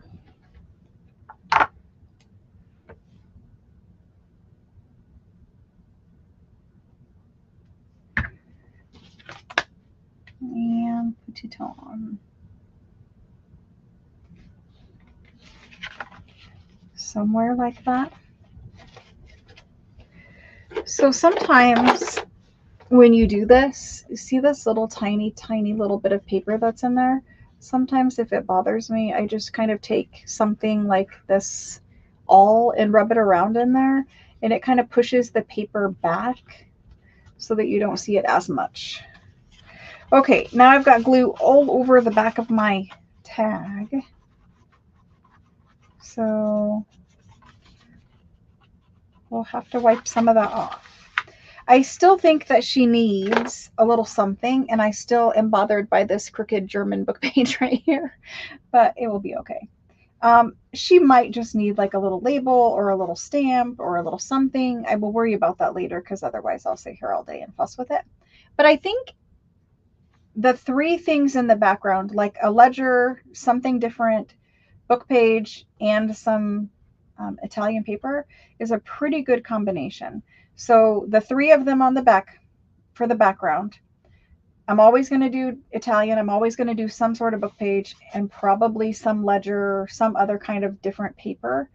And then a focal point. I think that works really well. Just a little label, I think. So that'll be pretty. It's not like decked out, you know, too much. Playing it safe.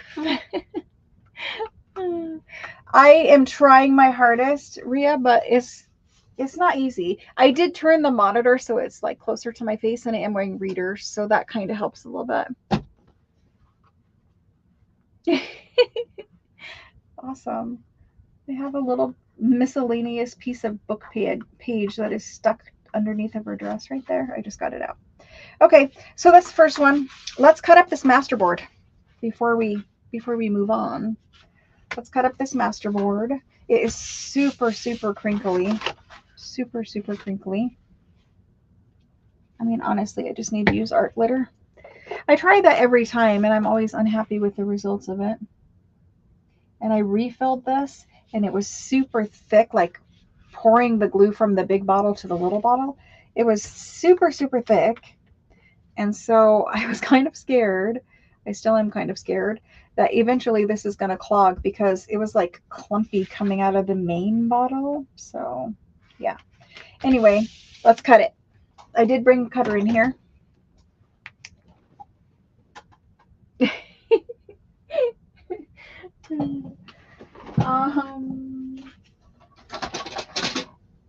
Let's try this cutter.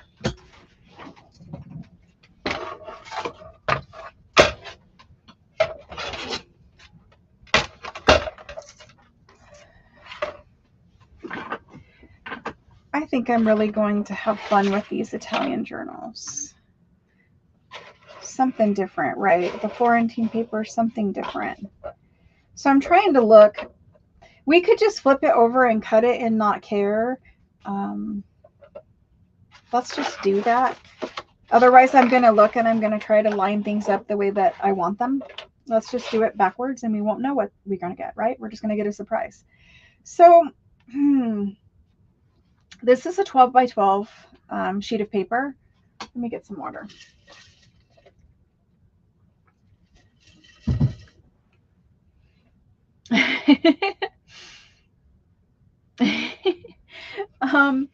Let's do some journal cards and some tags. For the journal cards, do I want 5-inch journal cards? Let's do 5-inch journal cards and 7-inch tags. So because my paper is all bumpily, I'm going to try to hold it down. So I'm going to cut this basically as if I was doing like little 3 by 5. Am I going to do 3 by 5 journal cards, or do I want 3.5? I'm going to do 3. They're going to be small, but like a 3 by 5 index card is normally a good size journal card for me. So I'm going to do 4 3 by 5 journaling cards.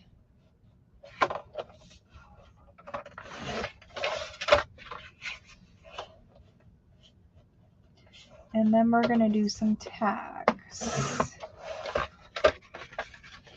So there's our journaling cards. We're not looking yet.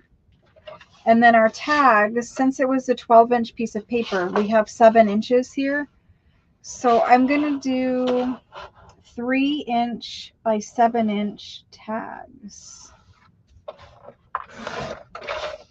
They're kind of skinny, but I want to get 4 of them out of my masterboard.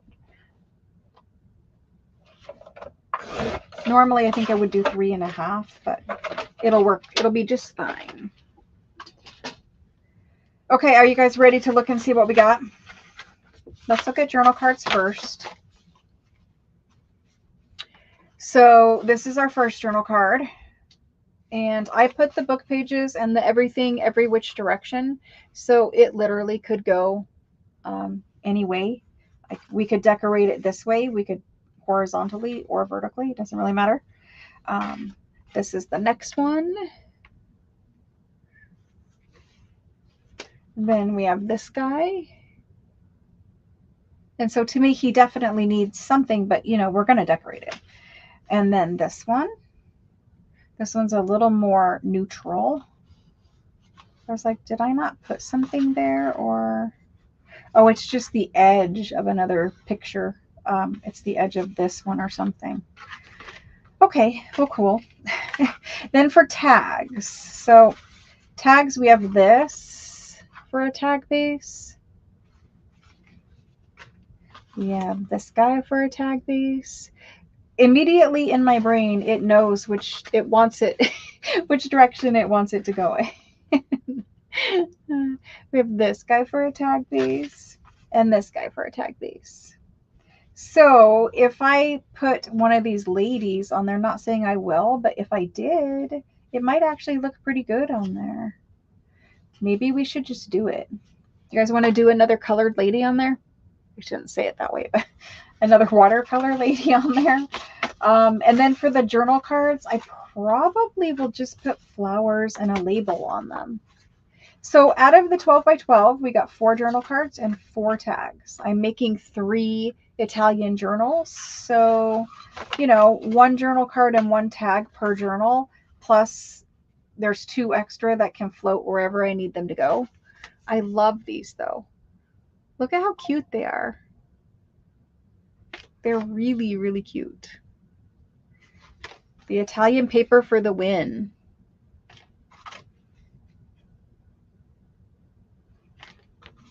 And this one goes that way. It has to go that way. This one, I honestly don't know. I think maybe this way.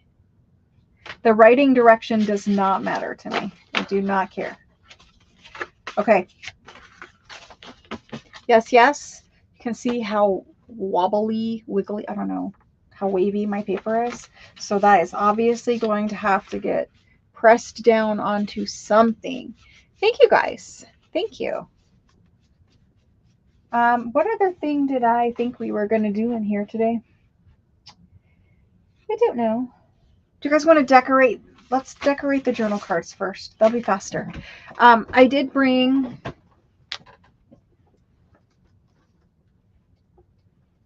so, spoiler alert.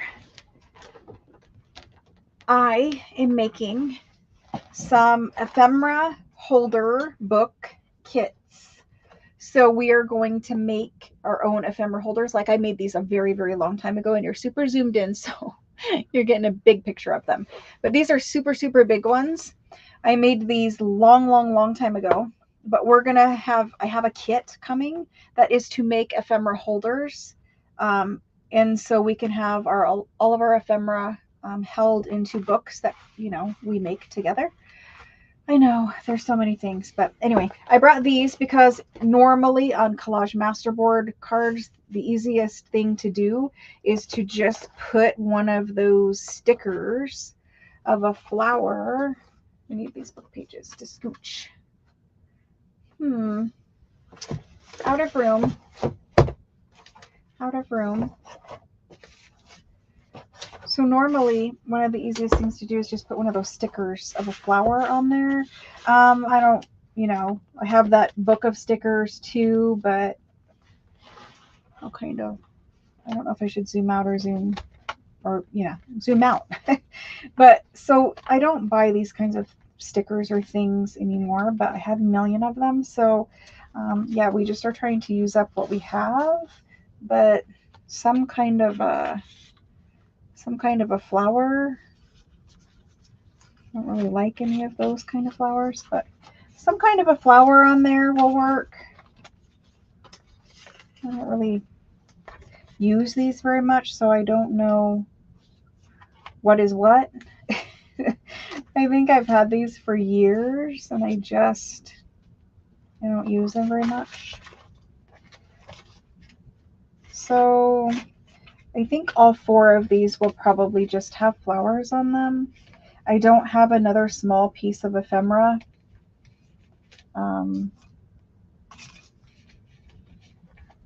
Right now, because I didn't fussy cut anything, or I didn't plan that much ahead. So, sorry, I'm frantically trying to look for stickers so as to not take forever. Get in there.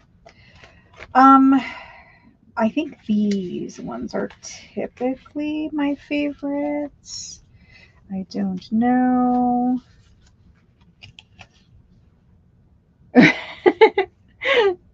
Thank you guys. Thank you. I don't know. We're just going to stick stickers on these and labels. It's super quick. It's super easy. I mean, it's quick if you can make up your mind of which sticker to use, but it's supposed to be quick and easy. Okay. So not those. So yes, let's make our own ephemera holders. I have everything. The kits are being assembled, but I don't have time to finish them because I'm doing the rest of the stuff from this week and last week. But they will be coming here shortly, and then we will have fun with them. I don't know if I want that one there, but oh, here's a yellow rose. Maybe this yellow rose can go there. I like that better. And then we have these purple pansy things, but honestly, they're competing with that red flower down there. So do we want the purple pansy things over here? They're not terrible there. Nothing is going to look good to me there. I don't know. Let's leave those 2 out. Let's see what else we have. I thought there were some big roses in here. I keep skipping over this big blue one, but maybe that is what this one's going to need. No, no, it is not. I think if I use these more often, then I would know where my favorite pocket is, or what flowers at least were in what pocket. It's so small. Yeah. We might have to put a bird. Fussy cut birds or fussy cut flowers also would work great. There's just like a leaf. Not right for the journals. Well, 2 out of 4 is not bad. Here's a big pink rose. Can you guys see that? No, you cannot. So sorry. Just trying to find flowers. I like this flower on here better. And I'm not sure about these two. These are the two that are giving me problems. They're my problem child right now. What are these other stickers in here? They're not flowers. They're weird things. Look at these pink French ribbons. Can I get that on there? I could if I decorated it this way. And maybe that's the problem with that one, is he does need to go sideways. We'll see. Can't do the pink ribbon, but we'll see. There's this big. He's going to cover up right where I don't want him to cover up. And that's just entirely too much. I think I like that one. You like the rose, the yellow one, or the other one? There's one of these. I will leave a pink rose out, but I'm not sure if he will go anywhere.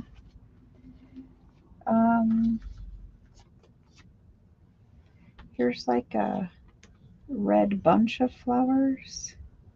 Maybe we do it this way and we put a flower off to this side and a label off to this side. I don't know. That one's kind of perplexing me. See, I don't even remember what half of this stuff is. Honestly. These ones are kind of small. Like, what if we did that and then a label? Because something has to break this up. Otherwise, I have to put another piece of paper. Like, there's no book page, so I could put book page over there, and I probably would be much happier decorating that one if there was book page on it. I found this pink rose, and I like that one, so we'll leave it out. Apparently, I put all the roses in here. Whatever color that is might look good on that one. Okay, I think we have some flowers. We should figure it out. What are these?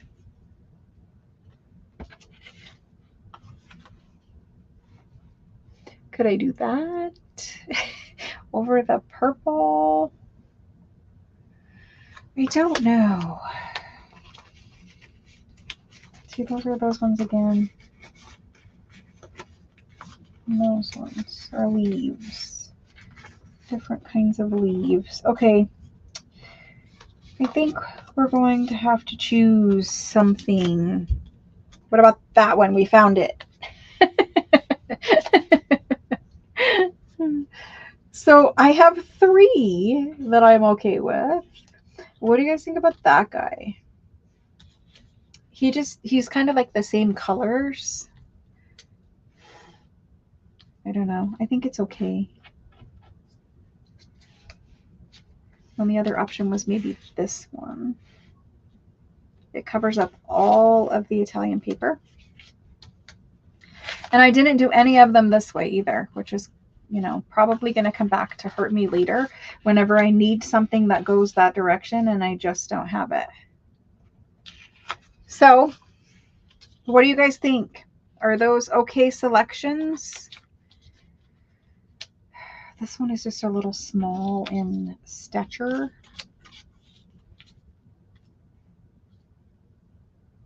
Maybe I just Oh, I don't know. I kind of want to cut off some of the leaf and just put this one on there.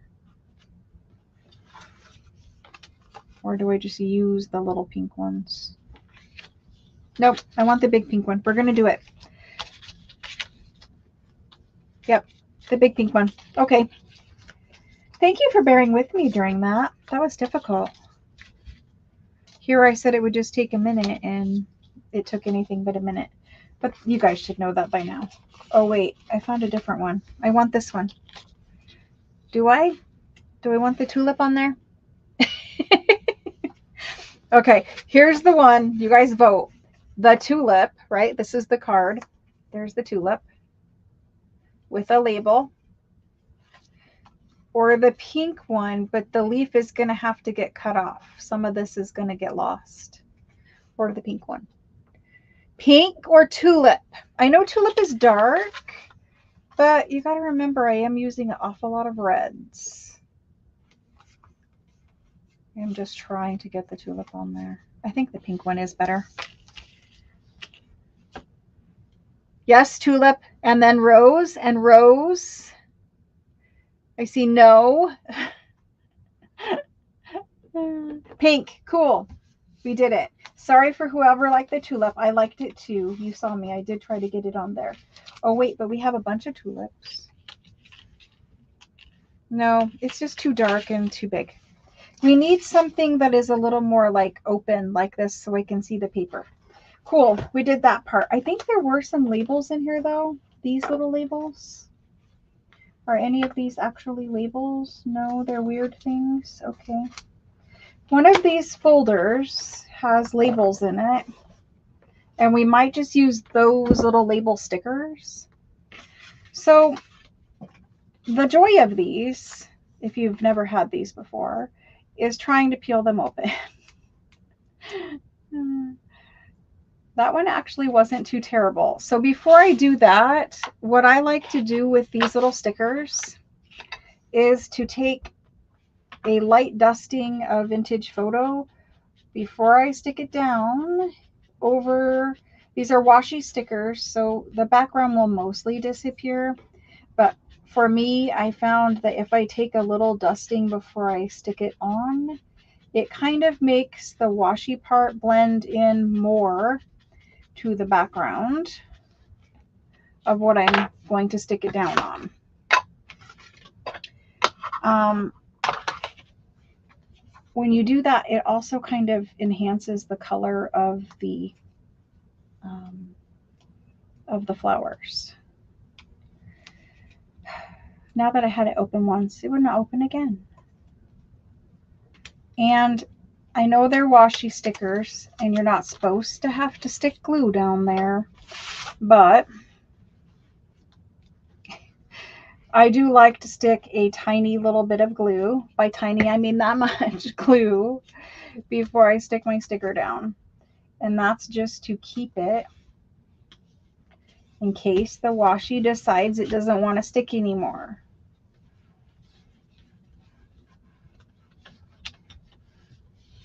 So that's that one. I don't think it's my favorite, but you got to remember that there's blue glue all over down there that we're going to have to wait for it to dry. So once that blue glue dries and I get a label on it, I'm probably going to be much happier with that one. Let's do this guy. Is he going to peel nice? We'll have to fuss with him and see.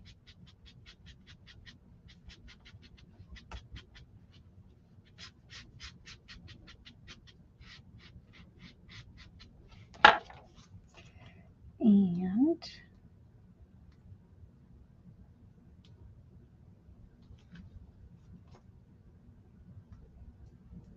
I know you can use tweezers, you can use your little pokey tool, you can use various things. These ones actually are coming off very easy. Maybe when they're older, they actually do come off a little easier, but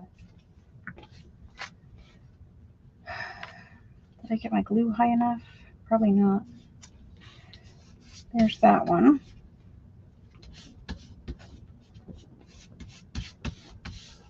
And again, when the blue glue is dry, We'll probably like that one better. The red one.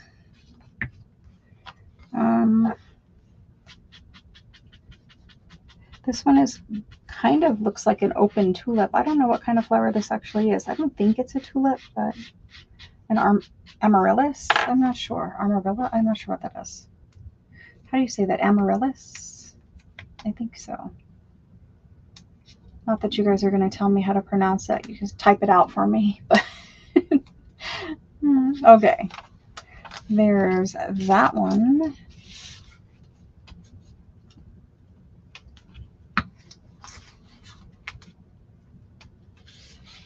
I like the placement of that. There we go.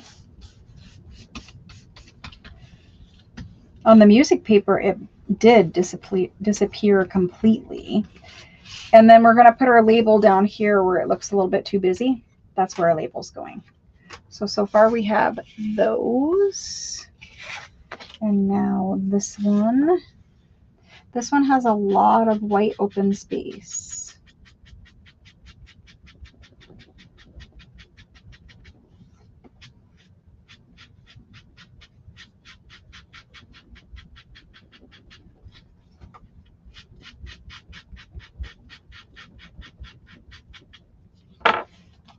Looks like a tiger lily. I wondered, but it is just red. Maybe it's just a red lily. I don't know. The weird little stalk with the leaves like that. I don't know. I don't have flowers in Arizona because, you know, they don't grow. But we have cactus flowers. Does that count? Okay. Now let's get the placement right of this one. I just want it in the middle, and I'm just going to cut the leaf off.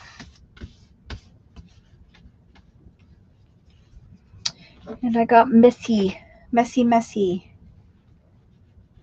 glue.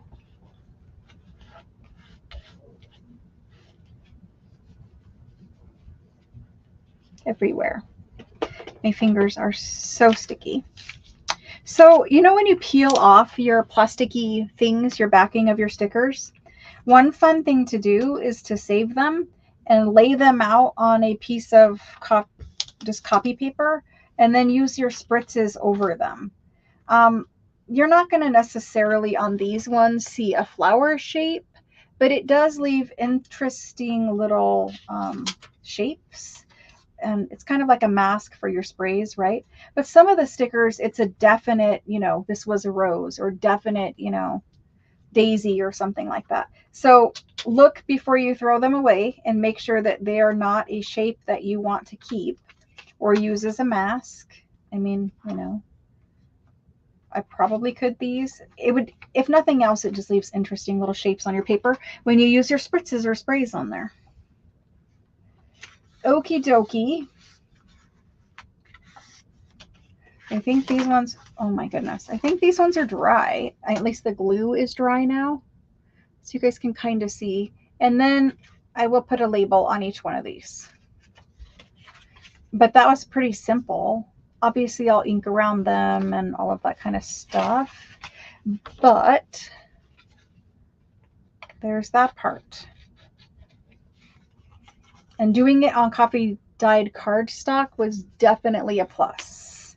You don't have to worry about backing them that way. If you have some old scrapbook cardstock, just, you know, when you're drinking your morning coffee, you got a little bit left over in the coffee pot or whatever, go ahead and put it on some paper.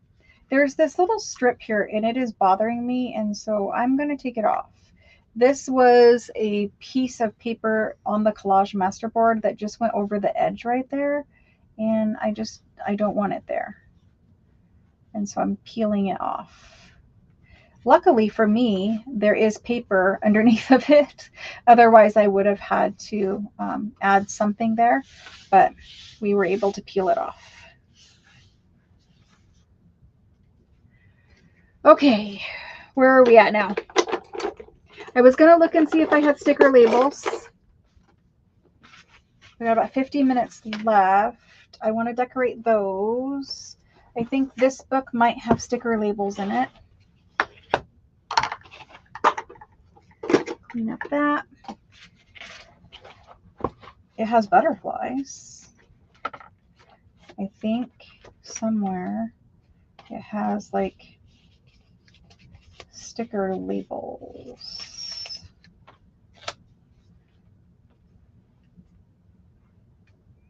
I don't know how something like that would look on here.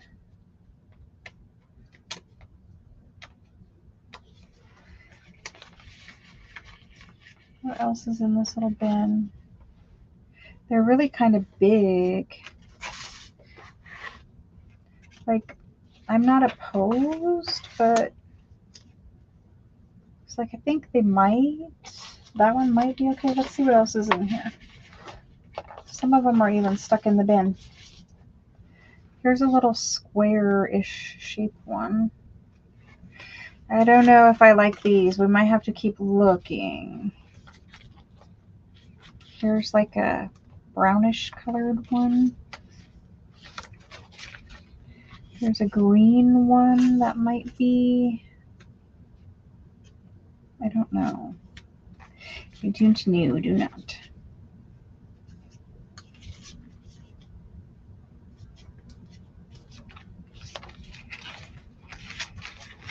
Let's see what's in the other pockets.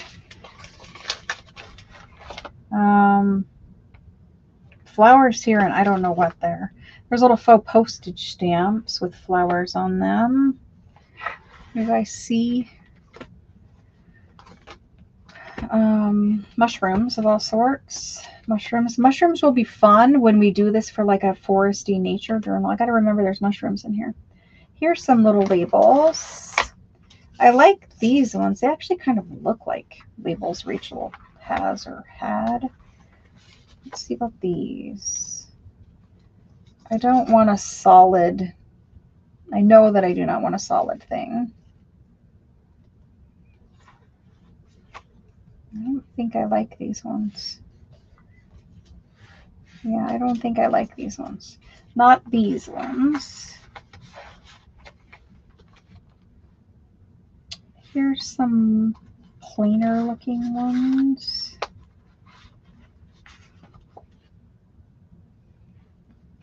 I kind of like this one down here. Hello, Sheila. I know, I'm so sorry about your father there.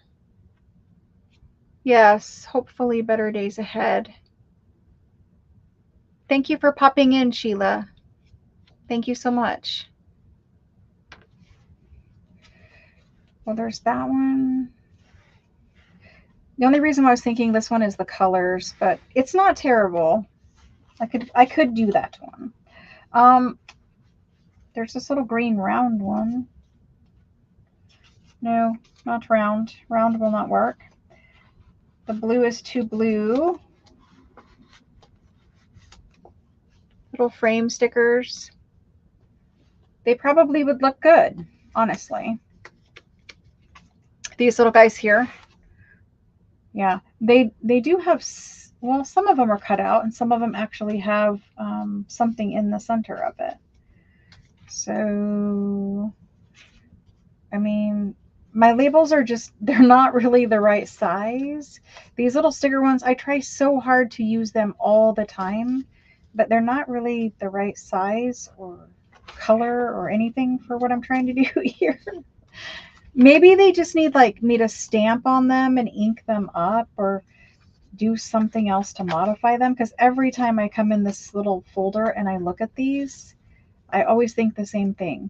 Like close, but close, but not exactly what I was looking for, which is why they're still all in here. And then from there, it just gets to bigger labels in that pocket. There's even little tickety labels. So like ticket, but they're stickers. I think there might be labels in that one. There is little labels in that one. So like here's one. What about that one? That's not bad. I actually like that one. Okay, we might have found a good label. little label section. Maybe we could use up these. I don't know. They say they have little typed words on them. Here's a little brown one. I like the shape of them better, I think. Yes, definitely hugs. I don't know what else we have in here. A little green one that says serendipity. I don't know. Let's try to go with some of this. I don't want to look at the labels forever, even though I just did. So that's basically what our options are. Otherwise, I have to wait and find some labels. Probably would have been a good idea to print out some of Rachel's labels. But that's what we have. And our options are this square one, this square one. This one was over here somewhere. There was this one on that one. There was this one on that one. And this one was over there. Those are our options. What do you guys think? Washi labels?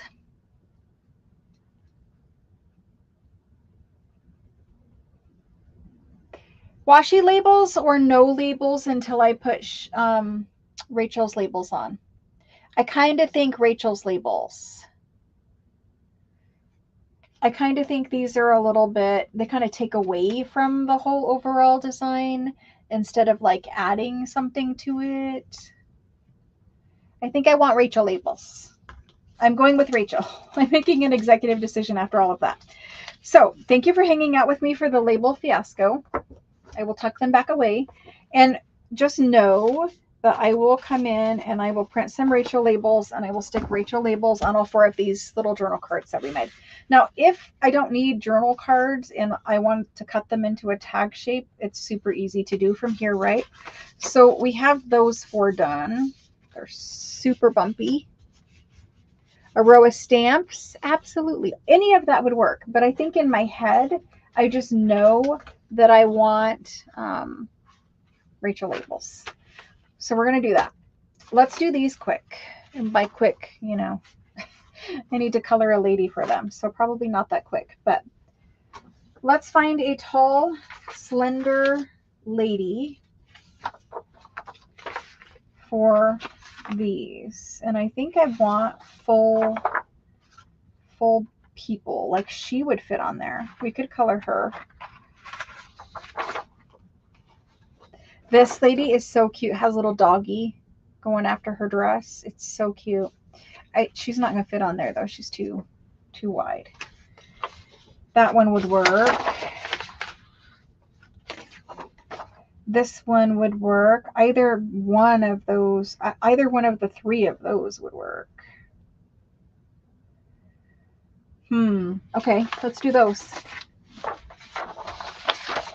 I think we're just going to color ladies for all of these, if you guys don't mind.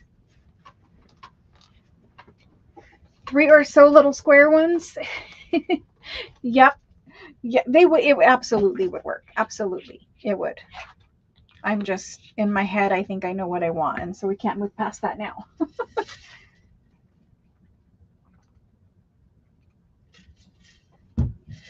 Okie dokie, back to colored pencil fun. Plus, I'm having a lot of fun with that, and I just kind of want to keep doing it. And once this video is over, I can't justify it anymore. I know I have to go back to work. So, looking at the color of our tags,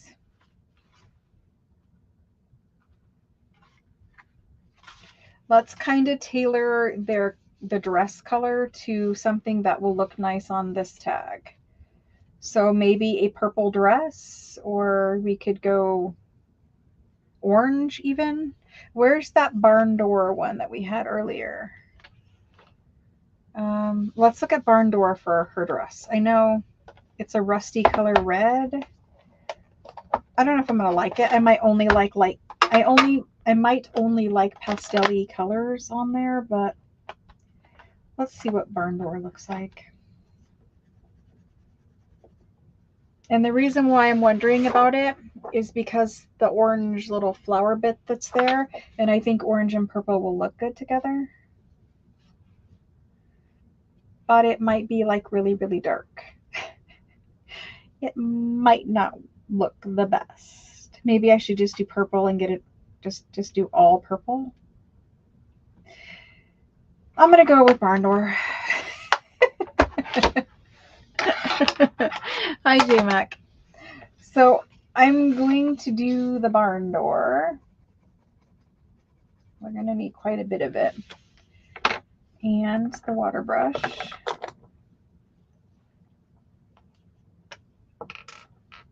And so I'm going to try to do it lighter on the top and darker on the bottom.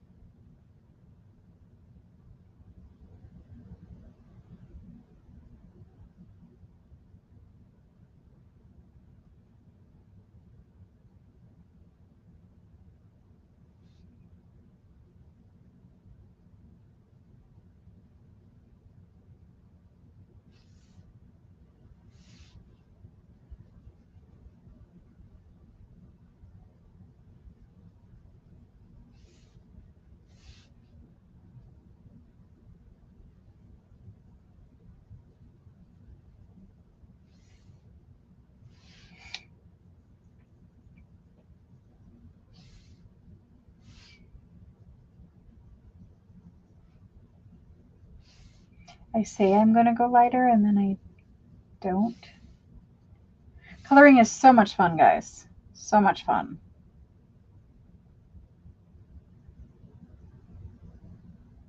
I really hope I find some more time this weekend. Oops, that's a little dark. Yep, her cuff is a little darker. That's okay. The cuff of the dress can be darker. And then this little shoulder here can be red. And then this part can be red.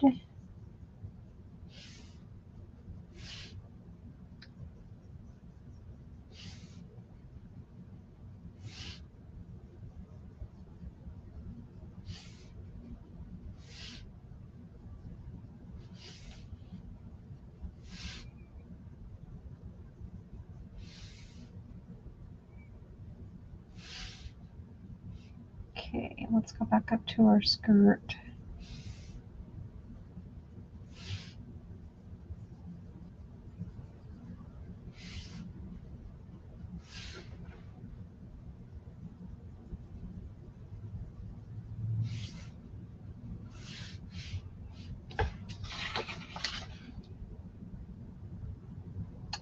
So after we do these three ladies, I think we'll wrap it up.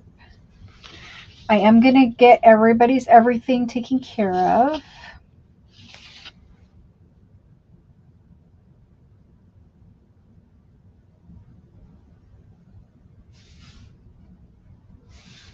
I don't have any updates on my son. He isn't feeling good. That's all really I can update anyone on. He's asleep right now, but he has really been having a hard time. He's really not feeling good, and he really can't get anybody to do anything for him. So at this point, we're just kind of waiting. Hopefully the insurance, whatever, gets something approved. He needs to go have that ultrasound of his neck done. I think he's got like swollen lymph nodes or something in there. I don't know. Got to paint around her little tiny fingers, and it's quite delicate.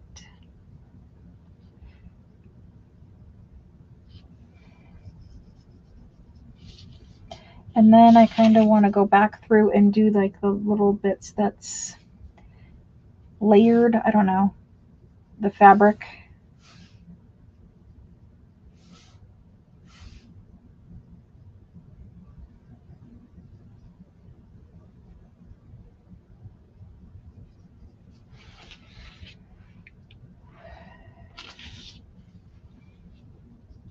I was trying to layer that out. It doesn't really look like layered fabric. Okay.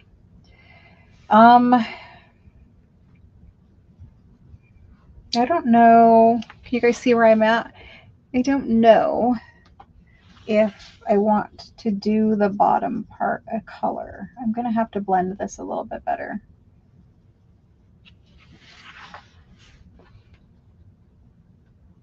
It's not as terrible looking as it is on camera. I look up at the camera and I'm like, or the screen, and I'm like, what happened? I think I might leave the rest of her dress black and white and just leave that little bit of that part of color. I don't know if she's going to go on that one or if she's going to go on this one.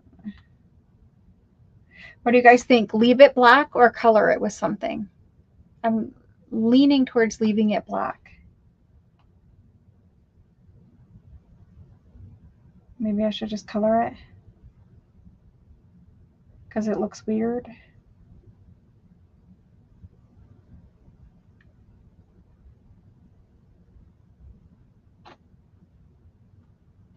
Well, I guess I'm going to leave it. Okay, I'll color it. The more I look at it, I think that it is like more of a, it needs to all be colored because I already colored the top part where it was fabric like this. So I guess we're coloring it. You guys didn't answer fast enough. So I just had to do it. Okay.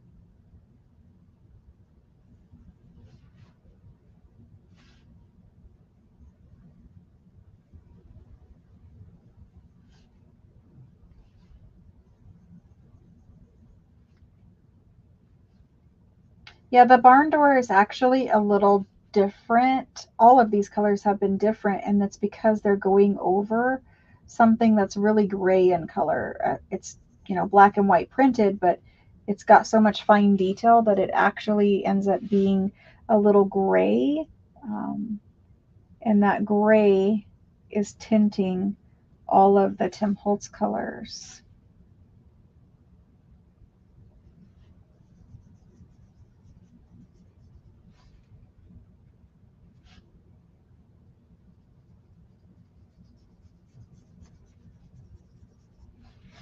And I want to, excuse me, my stomach is making a terrible noise. I just took a sip of water and it really does not like it when I take sips of water quickly. Of course, I was on camera, so I did it quick. I'm trying to darken this part right here. I don't know. I'll have to play with it and see. Okay. I missed this little section here. And we're good. Markers would also work. I am going to leave the front of it black, though. Oops, sorry, too high. I'm going to leave that. Let's let that one dry for a minute and we will cut out another one. I'm not going to do this one because honestly her booty is just a little, it's like the mirrored image or something. I don't know, maybe it's just a different girl. It is a different girl, it's a different dress. But I don't like that part of it. So I'm just going to use a different girl. So we're going to do that tag for the one that I just colored with the red dress. That leaves us these 3 tags. I still have the purple, the pink, and something on that one. Let's do a pink one. You like it? Black and white stripe. Yeah, I think it looks cool. I'm cleaning the water brush. We're going to go pink. We need some kind of pink.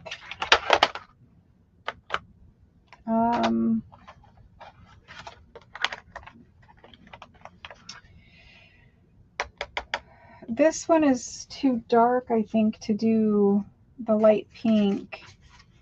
Maybe I will just do it purple. I might just do it purple.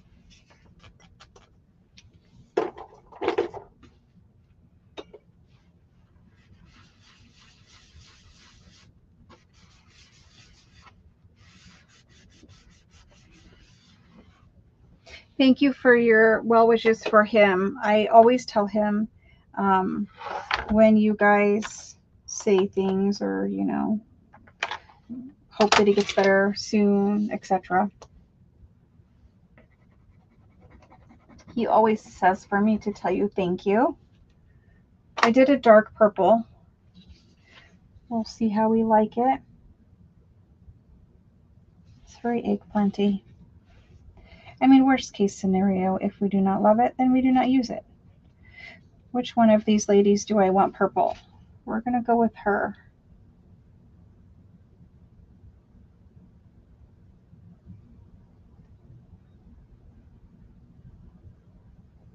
Oops. Well, I guess her trim is also going to be purple. I don't know what color purple this one is, but it's a good one. Preserves, maybe? I'll look in a minute, but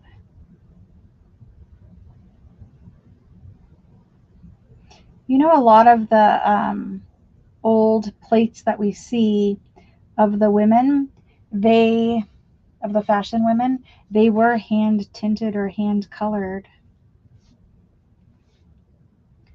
I mean, I imagine some poor people, and I don't mean poor like that. I mean, poor people had to sit in an office all day and just color, you know, book plates or something like that. Like, I like coloring, but I couldn't sit in an office all day and do it. But that was their job. They literally hand tinted things, hand tinted photos and postcards and other things.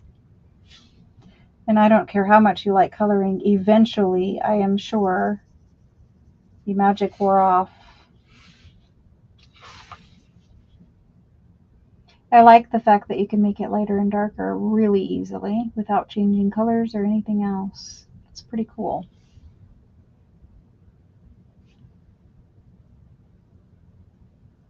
Trying to get a little water.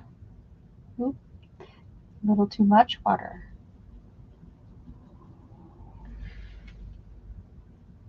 There we go.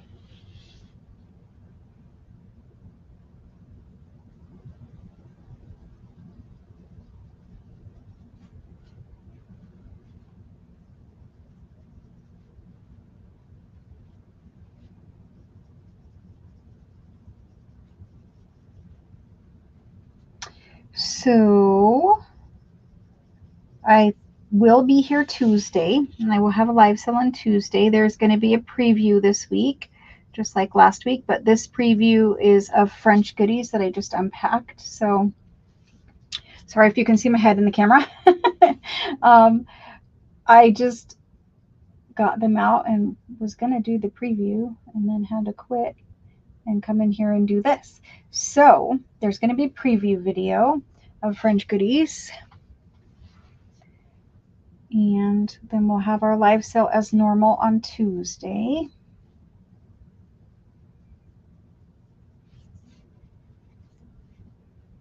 It is a little time consuming to keep having to go back and get more, but more color.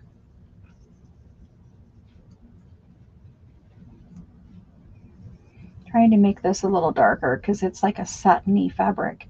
You can just see that it's supposed to be like a shiny satiny fabric. You guys probably can't see very well, but that's where we're at so far.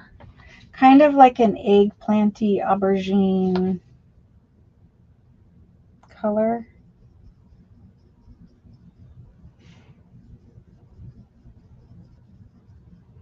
Some really exciting things in that new French stuff, though. There's some books full of handwritten papers, and the books have like 800 pages or 1,000 pages in them, and they're really big pages, like bigger than A4 size even, and they're all full of handwritten paper, so that's cool.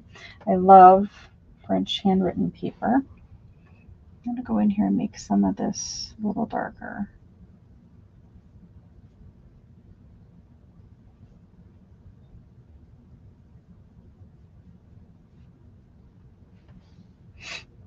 Cool. And there's, of course, ledgers. There's some of the nicest ledgers I've ever gotten. Actually, the 3 nicest ledgers I've ever gotten are out there. There's some smalls this time, so some really nice small French antiques. I love it when we're able to get the little small stuff, so that's good. There's some antique French stamps out there. So I think it would be nice to leave some black and white and not color the whole entire from head to toe.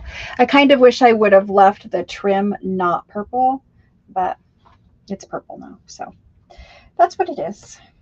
And I'm going to color her little, I can't tell what's her hair and what's a headpiece.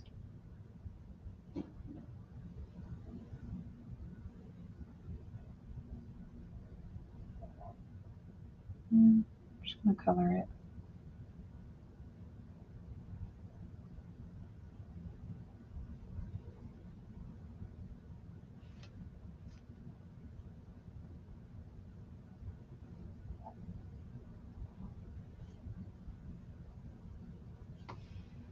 Okay, the whole thing's purple now. We either love it or we hate it, but it's there. We could do this one, maybe pink, or that one. I don't know. Let me clean my brush. The purple one, I really do think I want to leave some of them with some black and white, some parts that aren't completely colored. Because they wouldn't normally be from head to toe the same shade of purple. Now I could have used a different shade of purple. That would have been really smart, but I didn't. So I want to use the light pink, and it's called Kitsch Flamingo. And let's see what that looks like. It's really, really light. I don't know how that's going to work, but we can try it. And pick up quite a bit of it, and we'll try it.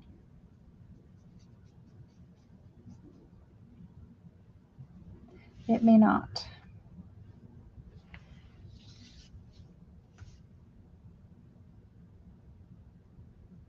Yeah, it's way too light. You have to have something else. Let me clean those two up.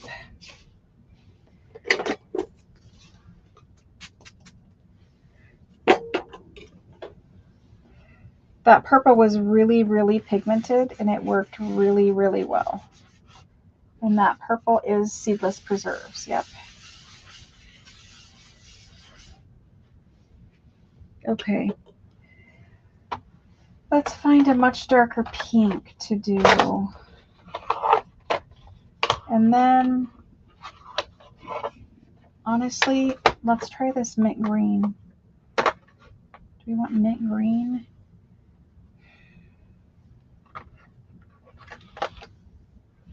Let's try this one.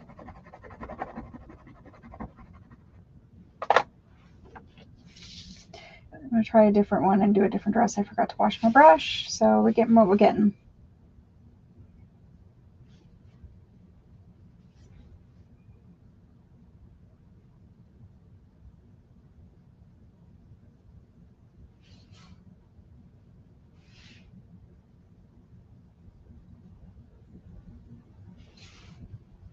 This one's going to be pretty. Very, very pretty. So I hope everyone has a great weekend. You guys will have to tell me on Tuesday all about the Olympics that you guys watched. Is the summer, see, I don't know. Is summer figure skating or is winter figure skating? When does that happen? Because that's really the only thing I think I've ever watched. Like, I've seen bits and pieces of other things, but I don't know that I've actually watched anything other than figure skating.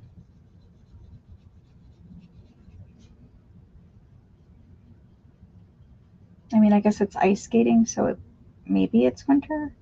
I honestly just don't know.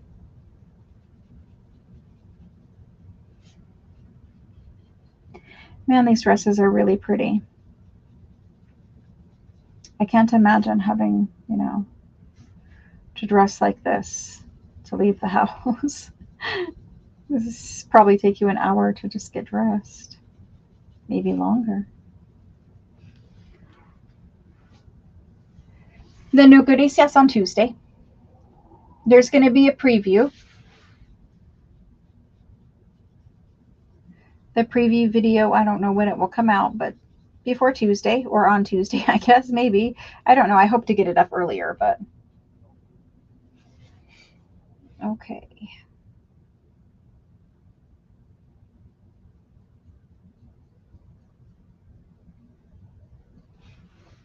Need a little bit more blue.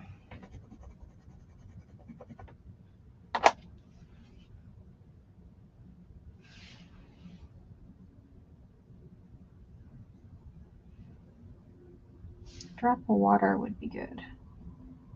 There we go. It actually, the Tim Holtz ones, they actually mix very well with water. Like they actually dilute very, very well with water. Some watercolor color pencils, it's really hard to get them to actually move once you add water. His do not. They actually move really, really easy. Not too easy, like, you know, it's not going to make a mess, but it's definitely easy to move them.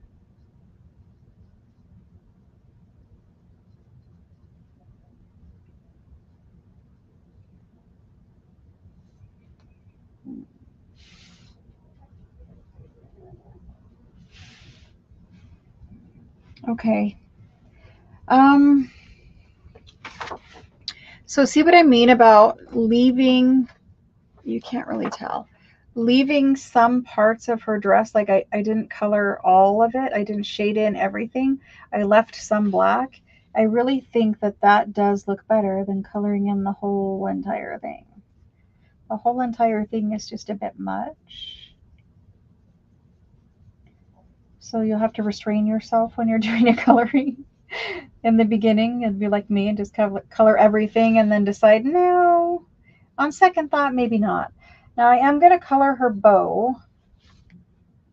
She has this big bow around her neck right here, and I'm going to color that. Because you know her bow would have matched her dress.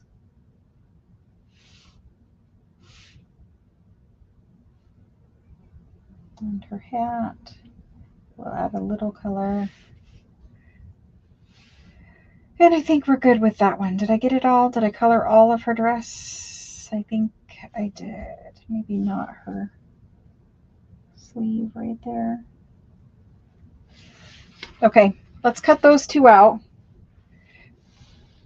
Looks more authentic. I think so. You can't color the whole thing solid purple like I did. I don't know if I'm going to use that purple one just because I'm not super thrilled after I did that.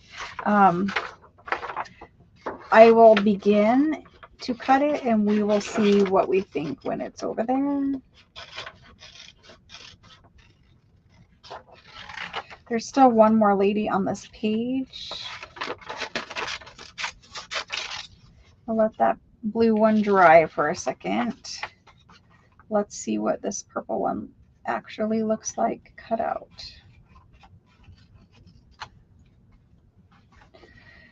They actually all are very, very pretty. They're much prettier in person than what you're seeing right now on camera, because every time I hold it up there, I'm like, where's all the detail?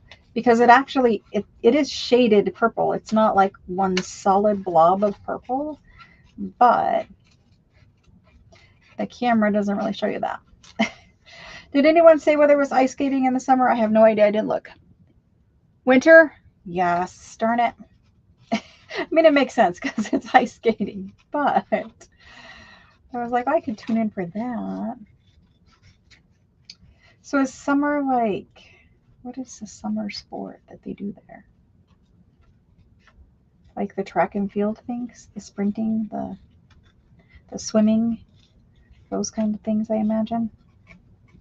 See, I'm really not like a sports person. Like I don't, just not into it. I you know, can appreciate it and all that, but just, I don't watch it. Goodness, got tiny little hands to cut around. Sometimes when there's a lot of fine detail to cut, I just kind of like imagine it. Like wiggle your scissors around and just kind of make it be whatever it is. Like I don't trace it line for line. So if we did the purple lady, there's the purple lady. I don't know if you can see her well enough, but that's purple lady. And honestly, it is perfectly fine. It does not look bad at all. So let's cut out this blue one and see where we are with her. And all of these will also need labels or some other kind of embellishment. Stamps, labels, all of the above. I don't know.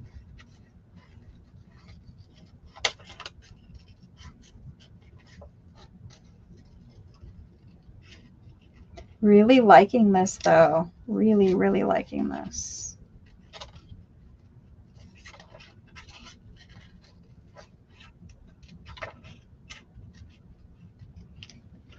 Sorry, I was trying to look at it. Took it off camera. There's a little shoe poking out there.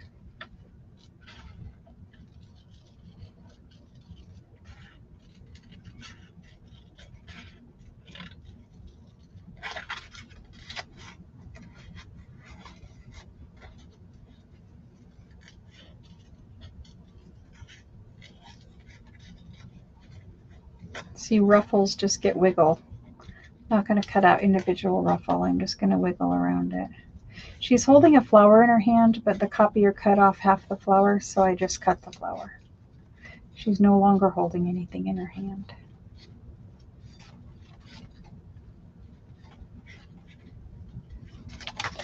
Okay.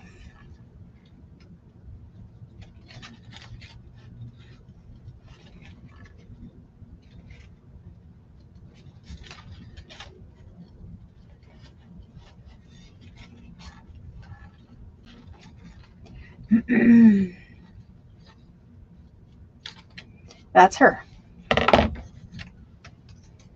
Let me hold them up and hopefully now that they're out of... The blue one is pretty. I think I really like the lighter blue or the lighter colors. I don't know. The red one is also cute. I don't know where I did put the red one, but did I not color one red? Oh, I did. I didn't cut her out. Like, I know I did one. I know I did one, but did I really do it?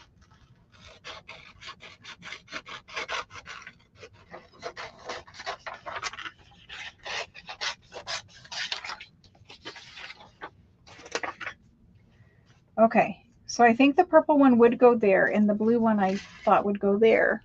Can't really see them.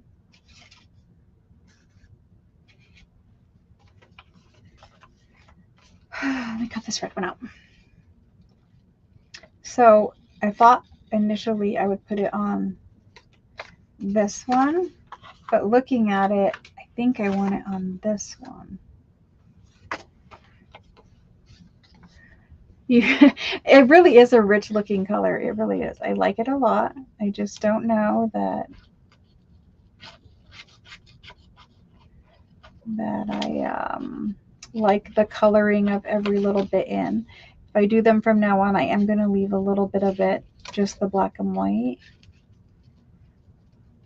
You can see I forgot to color the sleeve in, so, or cuff over here on this hand. And again, she's holding something in her hand, but I don't know what it is, and it's too fiddly to cut around, so I'm just cutting it off as if she was holding nothing.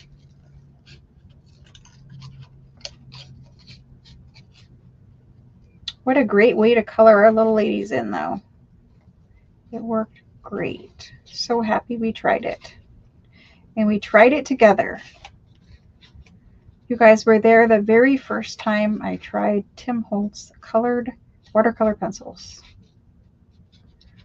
I don't know what he actually calls them. Distress watercolor pencils, I imagine. But they were great fun. I cannot wait to see what other things I do with them. I don't know. They were great fun.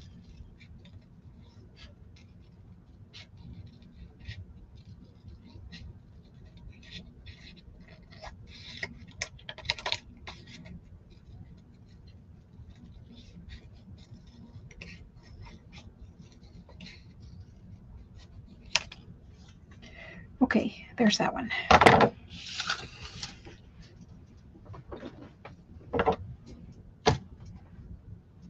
So, I don't know if I should glue them on. Do we like them well enough for me to just glue them down there? What do you guys think? Her on that one or her on this one?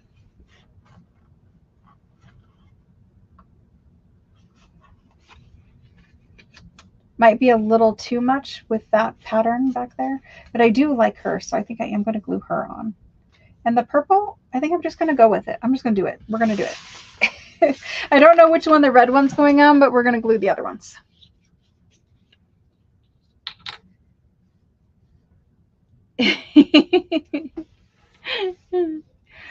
Well, we need a ton of ephemera, so we got some of it done tonight, and we didn't even have to have kits to do it. And this is something that we could do for any journal. Honestly, Italian paper can be, you know, used in any journal. So if I don't end up putting them in Italian Ladies, which I know I am going to, but if I didn't, I'll just put them in something else. Now, because these are going to be tags, I am trying to think about that, but I want to leave room for a label at the same time.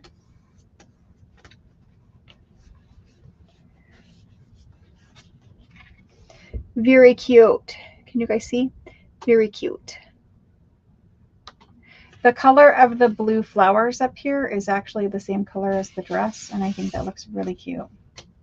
Okay, purple. We're just going to use it, even though I wish I wouldn't have colored all of it.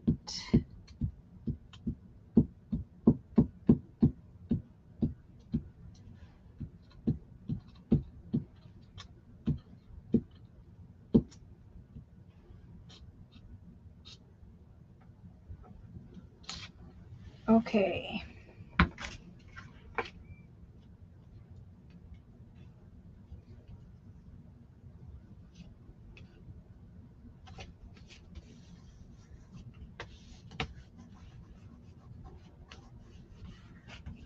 I suppose you could go back in and like mix colors together and like tint it, you know, differently.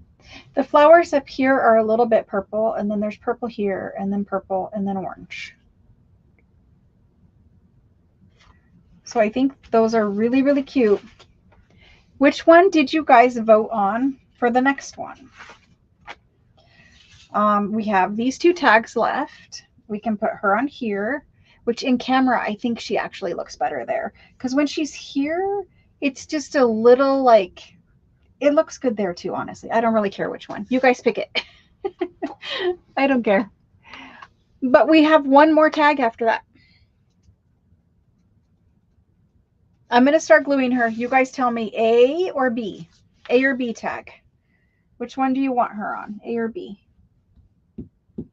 And keep in mind, obviously, it looks different in real life than it does through the camera with the weird colors of my camera lens or whatever. I don't know, but I am working on that. I just want a new camera and I want a new filming room. And so I see A, and then one B. I think she's going on A. There was too many A's and she's sticky. And so she's going there. And I am trying to squish them up pretty far because I do plan on sticking that label down there at the bottom. So that's what she looks like. I kind of don't like her head right there, but she's there. So maybe I will like it better when I have the circle or it cut into a tag or whatever. But there's that one. We have this one left. There was only one B. Sorry, Faith Ann. I actually preferred B maybe too. So yeah, we have another tag. I can color another lady quick. We have this one. I tried to color her pink. If you guys want to hang out while I color her, then great. If you do not, am I going to color that coral? I'm not, because it's going to compete with that. We need something that kind of goes with this without competing with that. Maybe another purple. Let's do another purple. I liked the purple. I know there's a million other colors, like, you know, she doesn't have to have all Faith Ann's crying, laughing and crying. Yeah. I'm going to do the purple again. This time I'm going to try to color only, this is a different purple anyway. This is Dusty Concord. I'm just going to put it right here. I don't know if I'm going to like it on that tag, but we're going to see. Dusty Concord. If I don't, we're going to use Seedless Preserves again. Let's give this a little bit of water and color over my pink. Oh yeah. Dusty Concord is the perfect lavender on these. Lilac lavender. On the gray images, I have a little bit too much water there.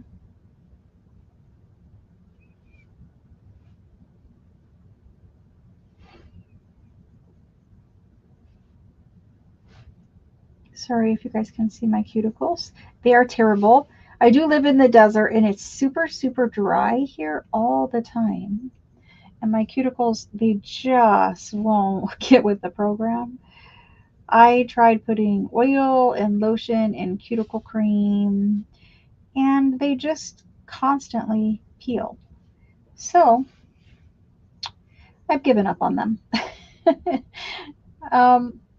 I don't like wearing artificial nails. I don't like it. For crafting purposes, you can't pick up anything. So there's that. And I just don't like having them on my fingers. So I don't get my nails done that way. It's been a long time since I've had an actual manicure. I guess I could do that again, but who has time for that? I don't have time for that. So my cuticles are just what they are. I have Sjogren's, and Sjogren's makes everything really dry. So that might be why my cuticles are so bad. And again, if you can see the top of my head, I apologize.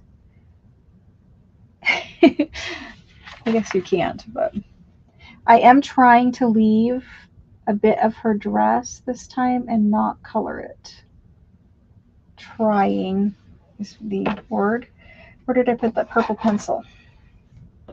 This is actually a very pretty one. I like this one. I'm going to use this one again. Trying to pick it all up so I can go a little faster.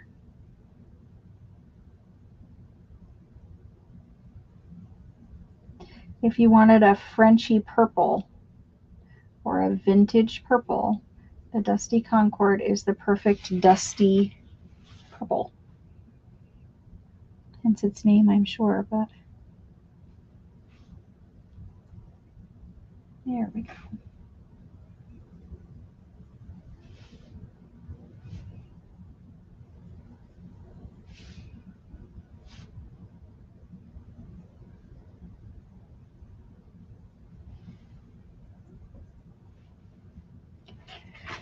So right now, she looks like that. And again, it's so much better in real life. So much better in real life. When you hold it up to the camera, though, you can see a couple of areas. I'm trying to pick it all up. A couple areas that are lighter or darker.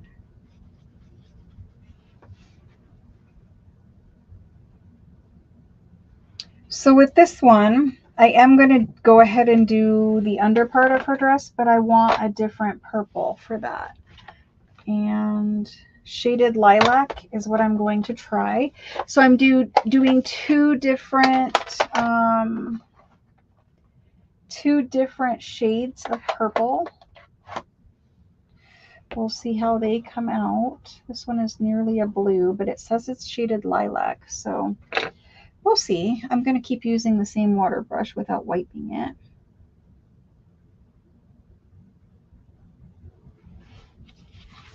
We test it. Yep, that's the one.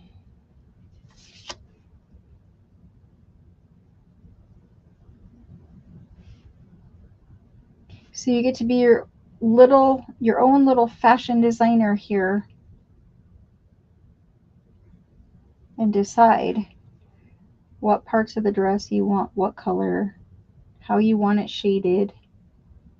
I think we used to have toys like this when I was a kid where you could make your own Barbie fashions. And it was basically like embossing. It was a little set of embossing plates, and you could emboss, like they had different ones for pants and different ones for skirts and different ones for tops, right? And you could mix and match them, and then you would emboss the outfit onto the paper, and then you would color it in. The shaded lilac seems to be mixing a little differently. The pigment is mixing a little different. It's a little harder to pick up off the mat. Maybe there's just something on my mat right there. I don't know. Anybody else remember that Barbie fashion designer maker thing that I'm talking about with the little embossing plates?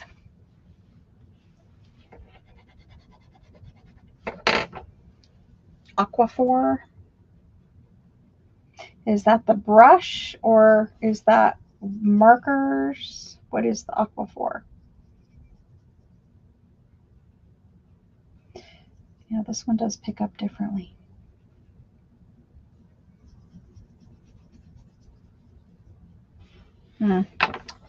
We might have to do a little cheating.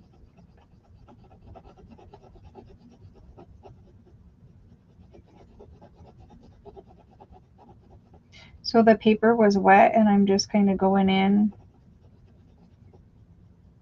and shading ever so lightly with the pencil. You guys cannot see what I'm doing. I apologize. This is where we're at.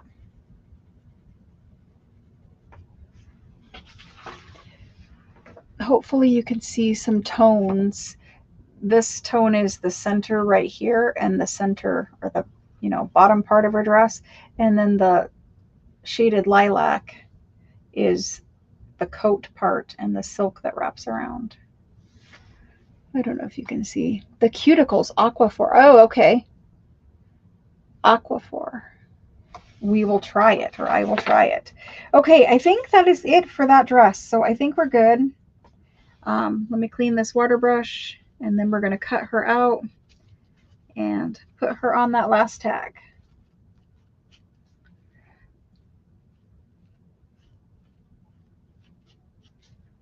Okay.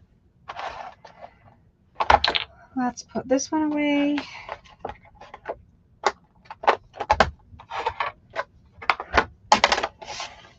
Let's put this one away.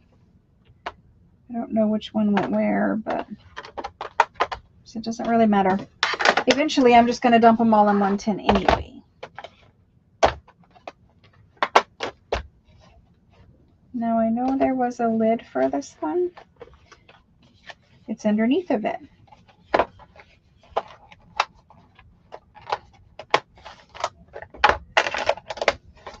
Okay. There's those. There's the cap for that. Just kind of waiting for it to dry. I didn't want to cut the paper when it was super wet. Here's those. They are black and white copies of the French fashion magazines that many of you guys have purchased from me. So what I did is I took them to my laser printer and I copied them. The laser printer, this was the first one that we were playing with and testing because I had never done this before. But I just took the French fashion magazines to the laser copier and copied them in black and white. And I did them in different sizes so that we could make different things with them. Like these would be on the super big tags. I did one earlier, a super large one. Like this is the same purple lady, but I've done it in different sizes. So anyway, you guys, most of you have the French fashion. If you don't have the French fashion and you want them on Tuesday, just message me or tell me in chat or whatever, and we will do them. But you can cut out your little own, your very own little Tim Holtz people, basically, or your own little fashion ladies. And we just colored them with Tim Holtz watercolor, aquacolor distress. I don't know what he calls them. Not aquacolor. He calls them distress watercolor pencils. I don't know. I think that's what he calls them. Distress watercolor pencils. Right in front of me, but I can't take my eyes off cutting her head off.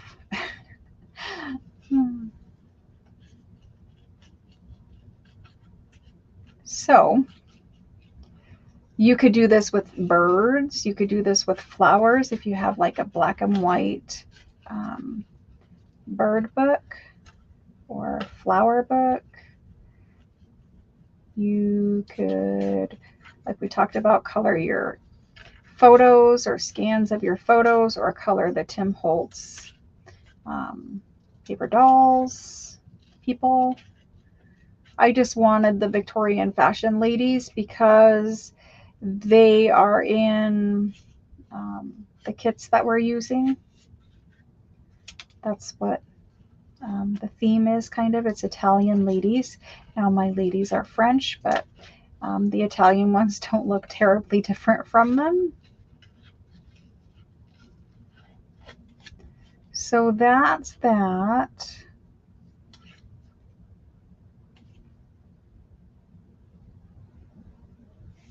Okay, that's our last one, and then we're gonna wrap up.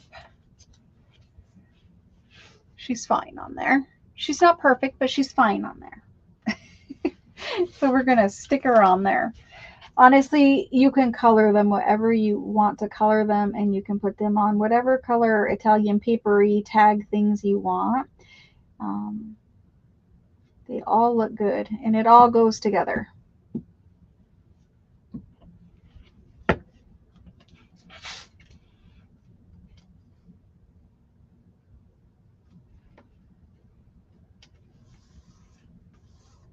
Oh, don't roll up her hand. Okay, so as you know, they're on copy dyed paper or copy dyed cardstock. So we can just, so these ones I printed on my laser printer. I copied them on my laser printer because I knew I was going to use a water brush pen with them. Normally, the digitals and the printed paper packs and things that you guys get, those are printed with an inkjet. The inkjet has the eco tank possibility or capability. The laser printer does not, you know, there's no eco tank for a laser printer, and laser toner cartridges are ridiculously expensive. So there would be no way I could do printed paper packs that way. And also it cannot print borderless. And so we want the digitals that we're using. I designed the paper packs to be used in journals.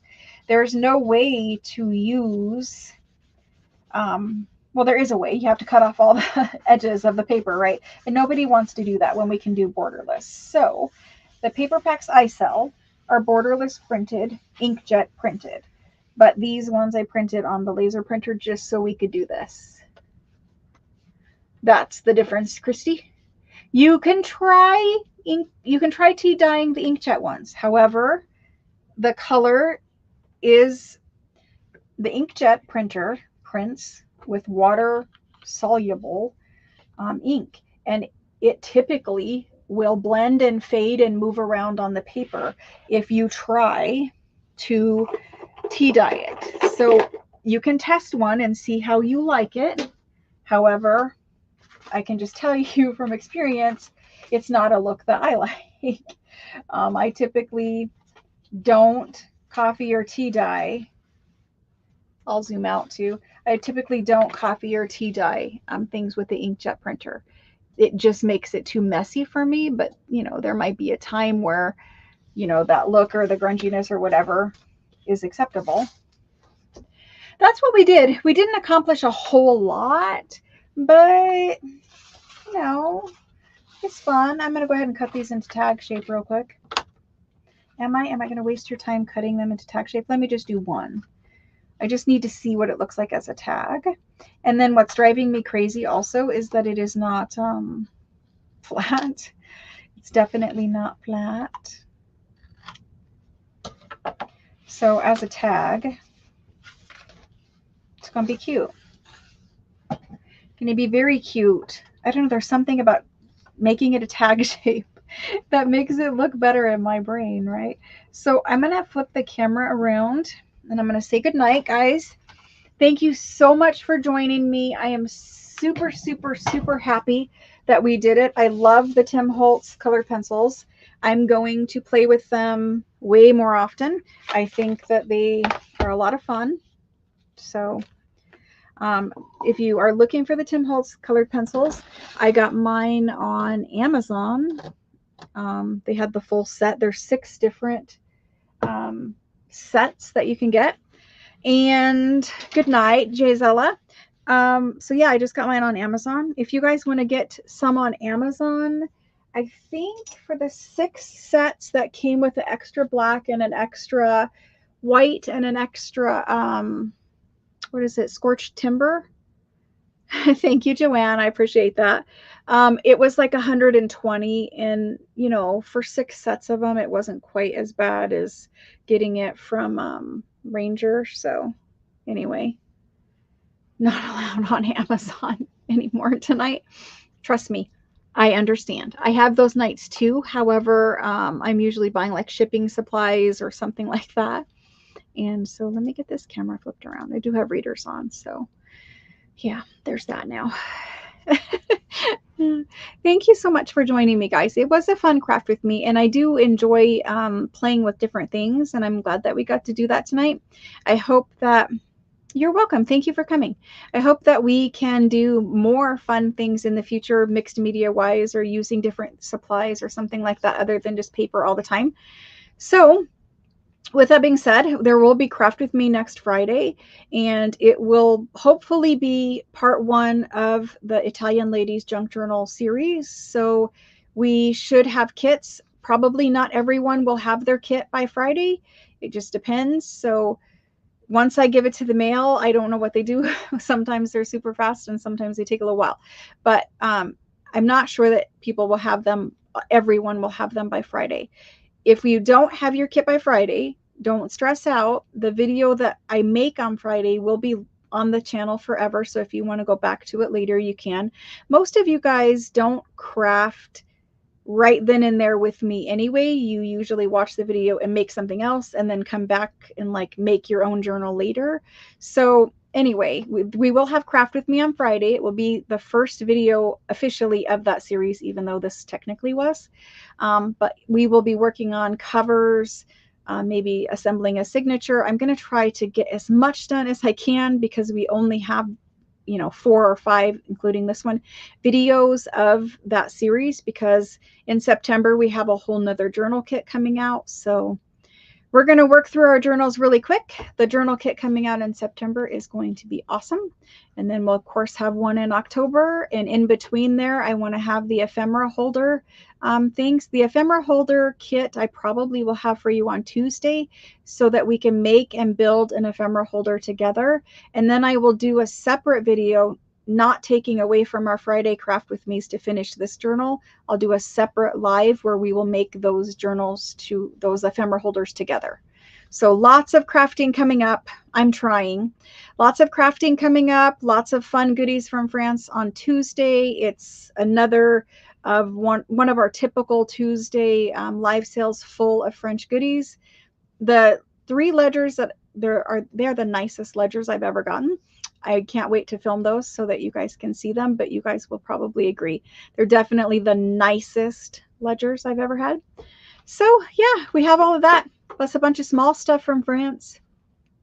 Anyway, we always have good things, right? Even when I unpack them, I say to the people who found the stuff, obviously it's always good and I always love it. So I get to have it, and open it up, and then I get to share it with you guys, and you guys get to open it up. And so that's kind of cool too, that whatever my friends are finding us, it spreads joy to me when I get it, and it spreads joy to you when you get it. And then whatever you do with it, maybe you're making a journal and that spreads joy to whoever gets that. So anyway, thank you so much for joining me. Have a great weekend, and I will see you guys on Tuesday. Bye, guys.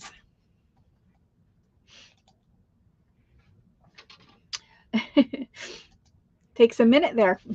Bye.